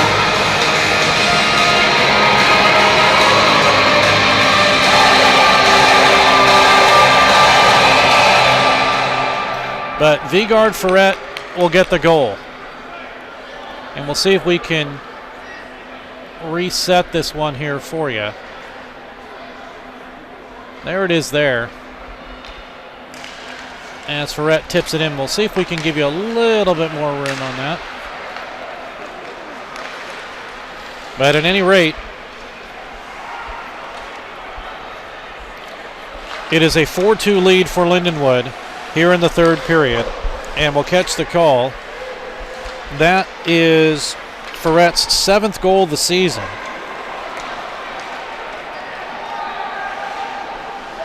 And that gives Lindenwood some breathing room. On their 44th shot of the period, or excuse me, of the game.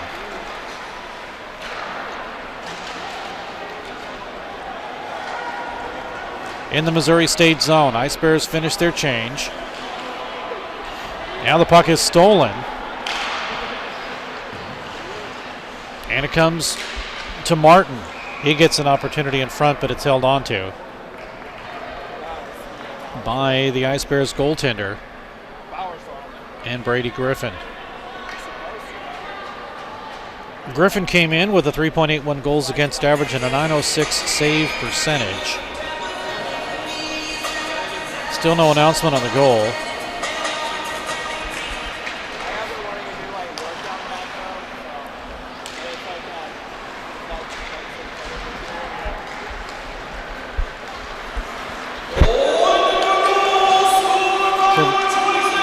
They will announce it's Ferret's goal.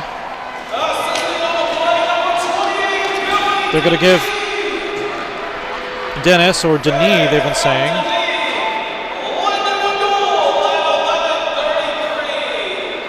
.11:33, it's going to be Ferret and Denis, is I guess how it's pronounced. And it's 4-2. Houston gets it in his own zone. 6:40 to go in the period.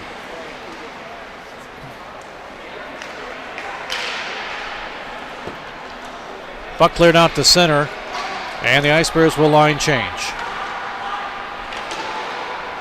Garrett Wolchecki is on the ice now. New player for the Ice Bears. He shoots and he missed up high.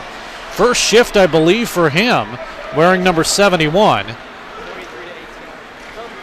And it's out to center. Lounder will flip it back in. Quickly shoved back in the Missouri State end of the ice, and icing will be the call. So Garrett Wilczewski, senior, 5'10", 175 out of, well, I'll have to figure out where he's out of. I want to say Baldwin, Missouri.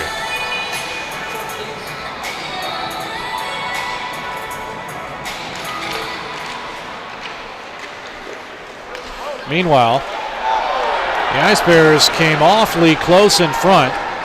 They're going to work it again. Down in low to go to Bell. Bell instead sends it up to Derek Smith. Lost, and here comes a break for Klimlowski. He comes in. We're going to get a penalty. He's double teamed, and Missouri State will get called for a penalty. It's a hooking call. Second power play now to the Lions, and just the third penalty for Missouri State.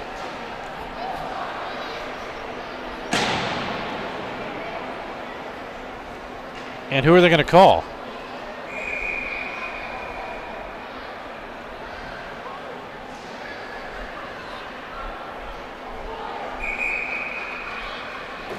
So the Ice Bears do not have anybody in the penalty box.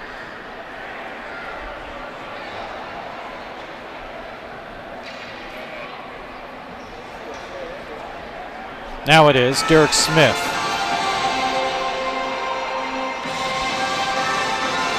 So it'll be hooking, assessed to Smith.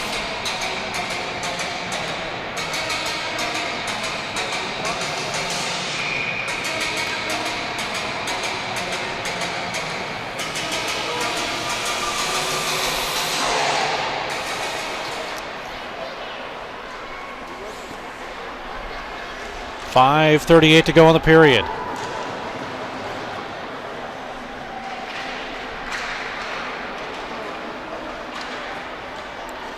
Battle down in low. Trying to work it is Murphy. Power play is 142. Lindenwood on the power play, 23.7%, 14 for 59 coming into today's game. Up high, Murphy, it's blocked in front. That one was a huge block by Hunter Saunders.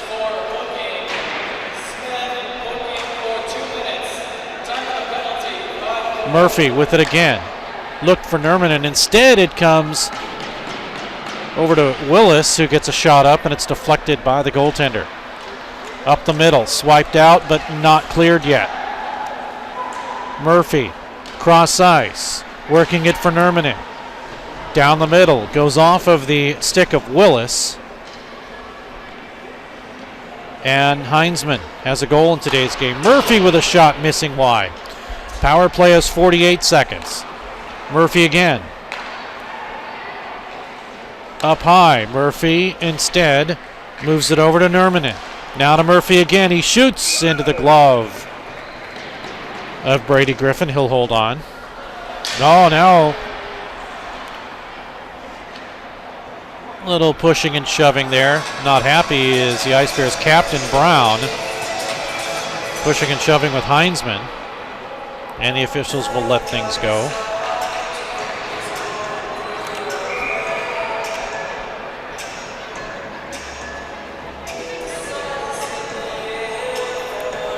Face off to the right of the Ice Bears goaltender, Brady Griffin, the senior.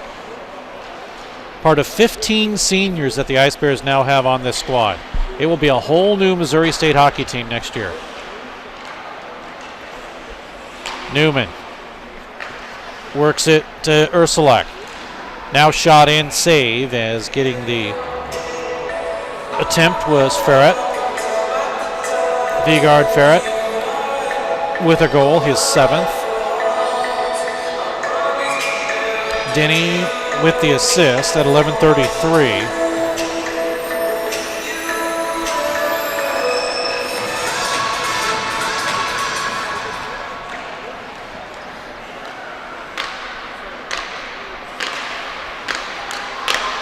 3:44 remains. Power play has 1 second. It is over. Shot comes in, and it's held onto as we're now back at full strength.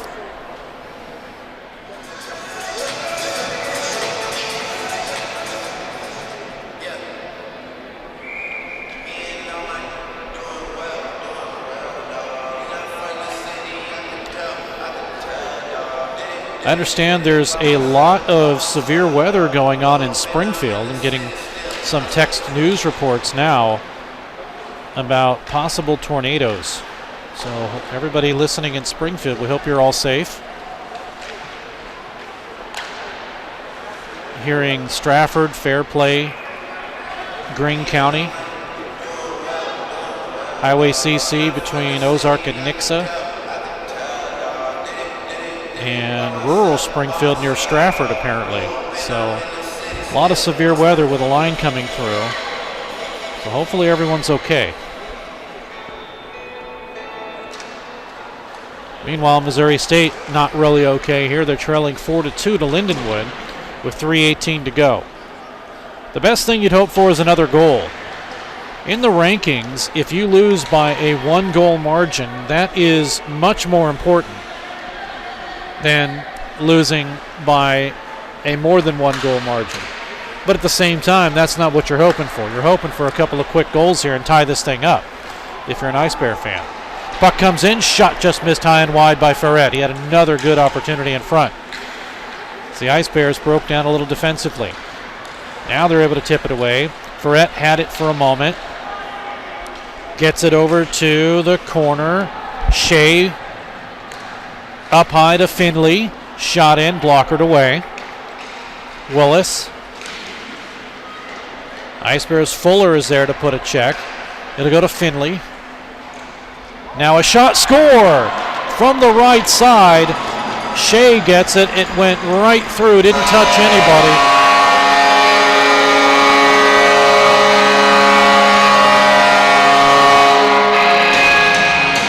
Third of the season.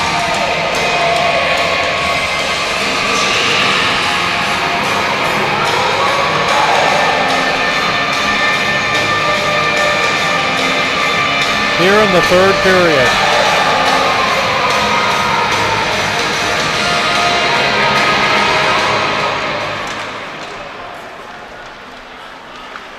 So the shot by Shea, as he has a lot of room on the right side, top circle, beats Griffin, and now we're going to get a penalty, and it looks like it's going to go against Missouri State, as Lindenwood has a 5-2 lead, 2:05 to go. Penalty will be assessed by the official.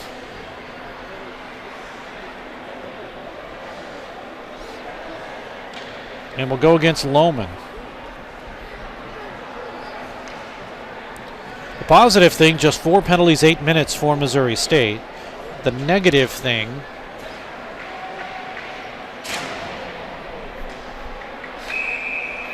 is that even if they tried to pull the goaltender, they still don't really have an advantage. They would only be at full strength. So 5-2 is the count. Shot misses wide, and of course with a power play you're not pulling the goaltender.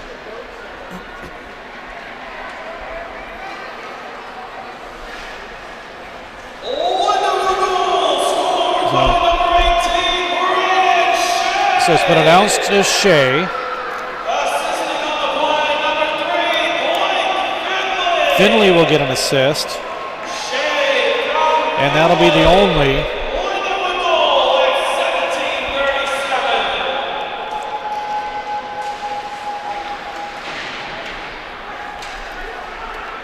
.118 now. Here is a break for the Ice Bears and a shot in, but we get a. I thought we heard a whistle. I thought there was a whistle. Apparently not. Must have been on the public address system, but the team played. Everything's good. Less than a minute to go.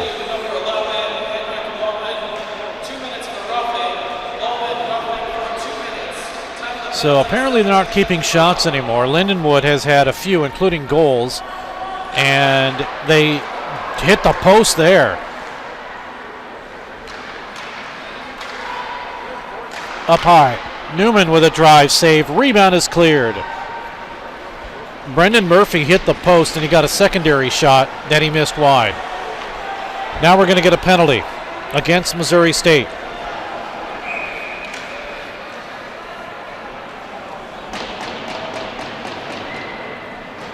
Or do we get against Lindenwood? No, it's against... Well, that's interesting. Okay, it is against the Ice Bears because Lindenwood had possession. And it's Rubin that will get called. Or are we going to get both? Looks like we're going to get both. So Rubin goes.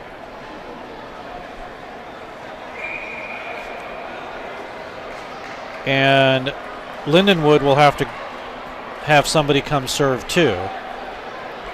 And it looks like it'll be Heinzman.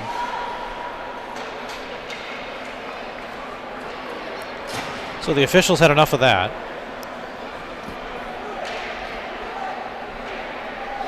Five penalties, 10 minutes for Missouri State. 6 penalties, 12 minutes for Lindenwood. Missouri State is 2 for 4 on the power play. That's the positive part, at least on special teams, but they trail 5-2.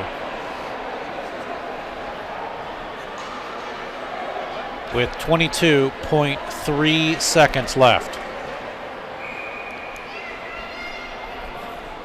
Ferret will win the draw. Newman at center brings it in. 14 seconds to go. Well, Rubin gets 5 for slashing, apparently.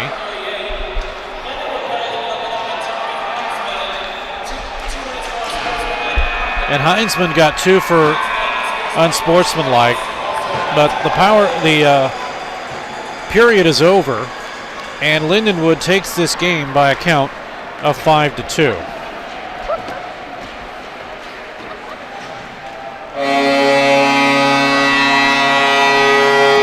So apparently they gave up keeping shots.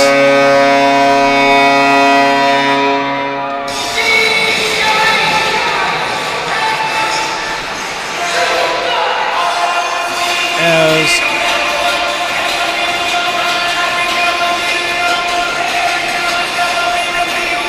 Rick Zombo's squad, well, they're saying 50, but I'm sure it was more than that, were put on Brady Griffin. Just 21, according to the scoreboard, was put on Cooper Cedot. Heinzman gets his third of the first period, or third goal of the first period, gets his first period goal, his third at 10:04. Dennis and Mitchell, and it is a 1-0 lead. Then Martin, his second with the assist to Mitchell, and it is a 2-0 game. Brown for Missouri State, a power play, his 5th. Bell and Salnikov, and Missouri State is right back in this. But Nurmanen, his 7th in the second period to make it 3-1, as he is able to break free and come out in front, and Missouri State trails by at least 2 goals. Although Nikita Salnikov, 18 seconds into the third period on the power play, his 8th. Cooley with the assist, and Missouri State seems to kind of be getting back into this hockey game.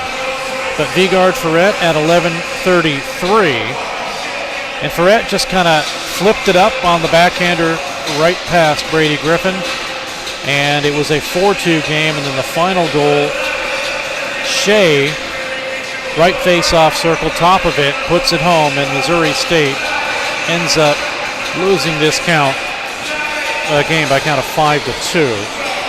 Again, power plays 0 for 4 with the Lions. Missouri State was 2 for 4, and the Ice Bears now fall to a record of 8-10-2 on the season. Lindenwood improves their record to 12-5 this season. Well, tomorrow the Ice Bears will have the debut of a couple of players. I know Bradley Anderson will play tomorrow.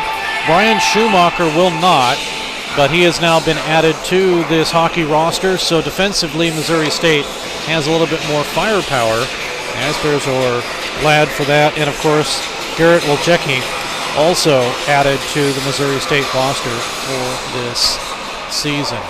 That's going to do it here from the Centene Community Ice Center, as Missouri State made it a good game, but the fourth-ranked Lindenwood Lions took care of the number 33-ranked Missouri State Ice Bears in fashion in the third period. That's their trademark, and Missouri State this lifetime is now 0-10 as they face the Lindenwood Lions. We'll do it again tomorrow. 1:30 puck drop will be on the air at 1:20. We hope you'll tune in. I'm Steve Casson for Alex Somm. Thanks for tuning in. The Ice Bears unfortunately lose. Good night. You've been listening to Missouri State Ice Bears Hockey with your host, Steve Casson.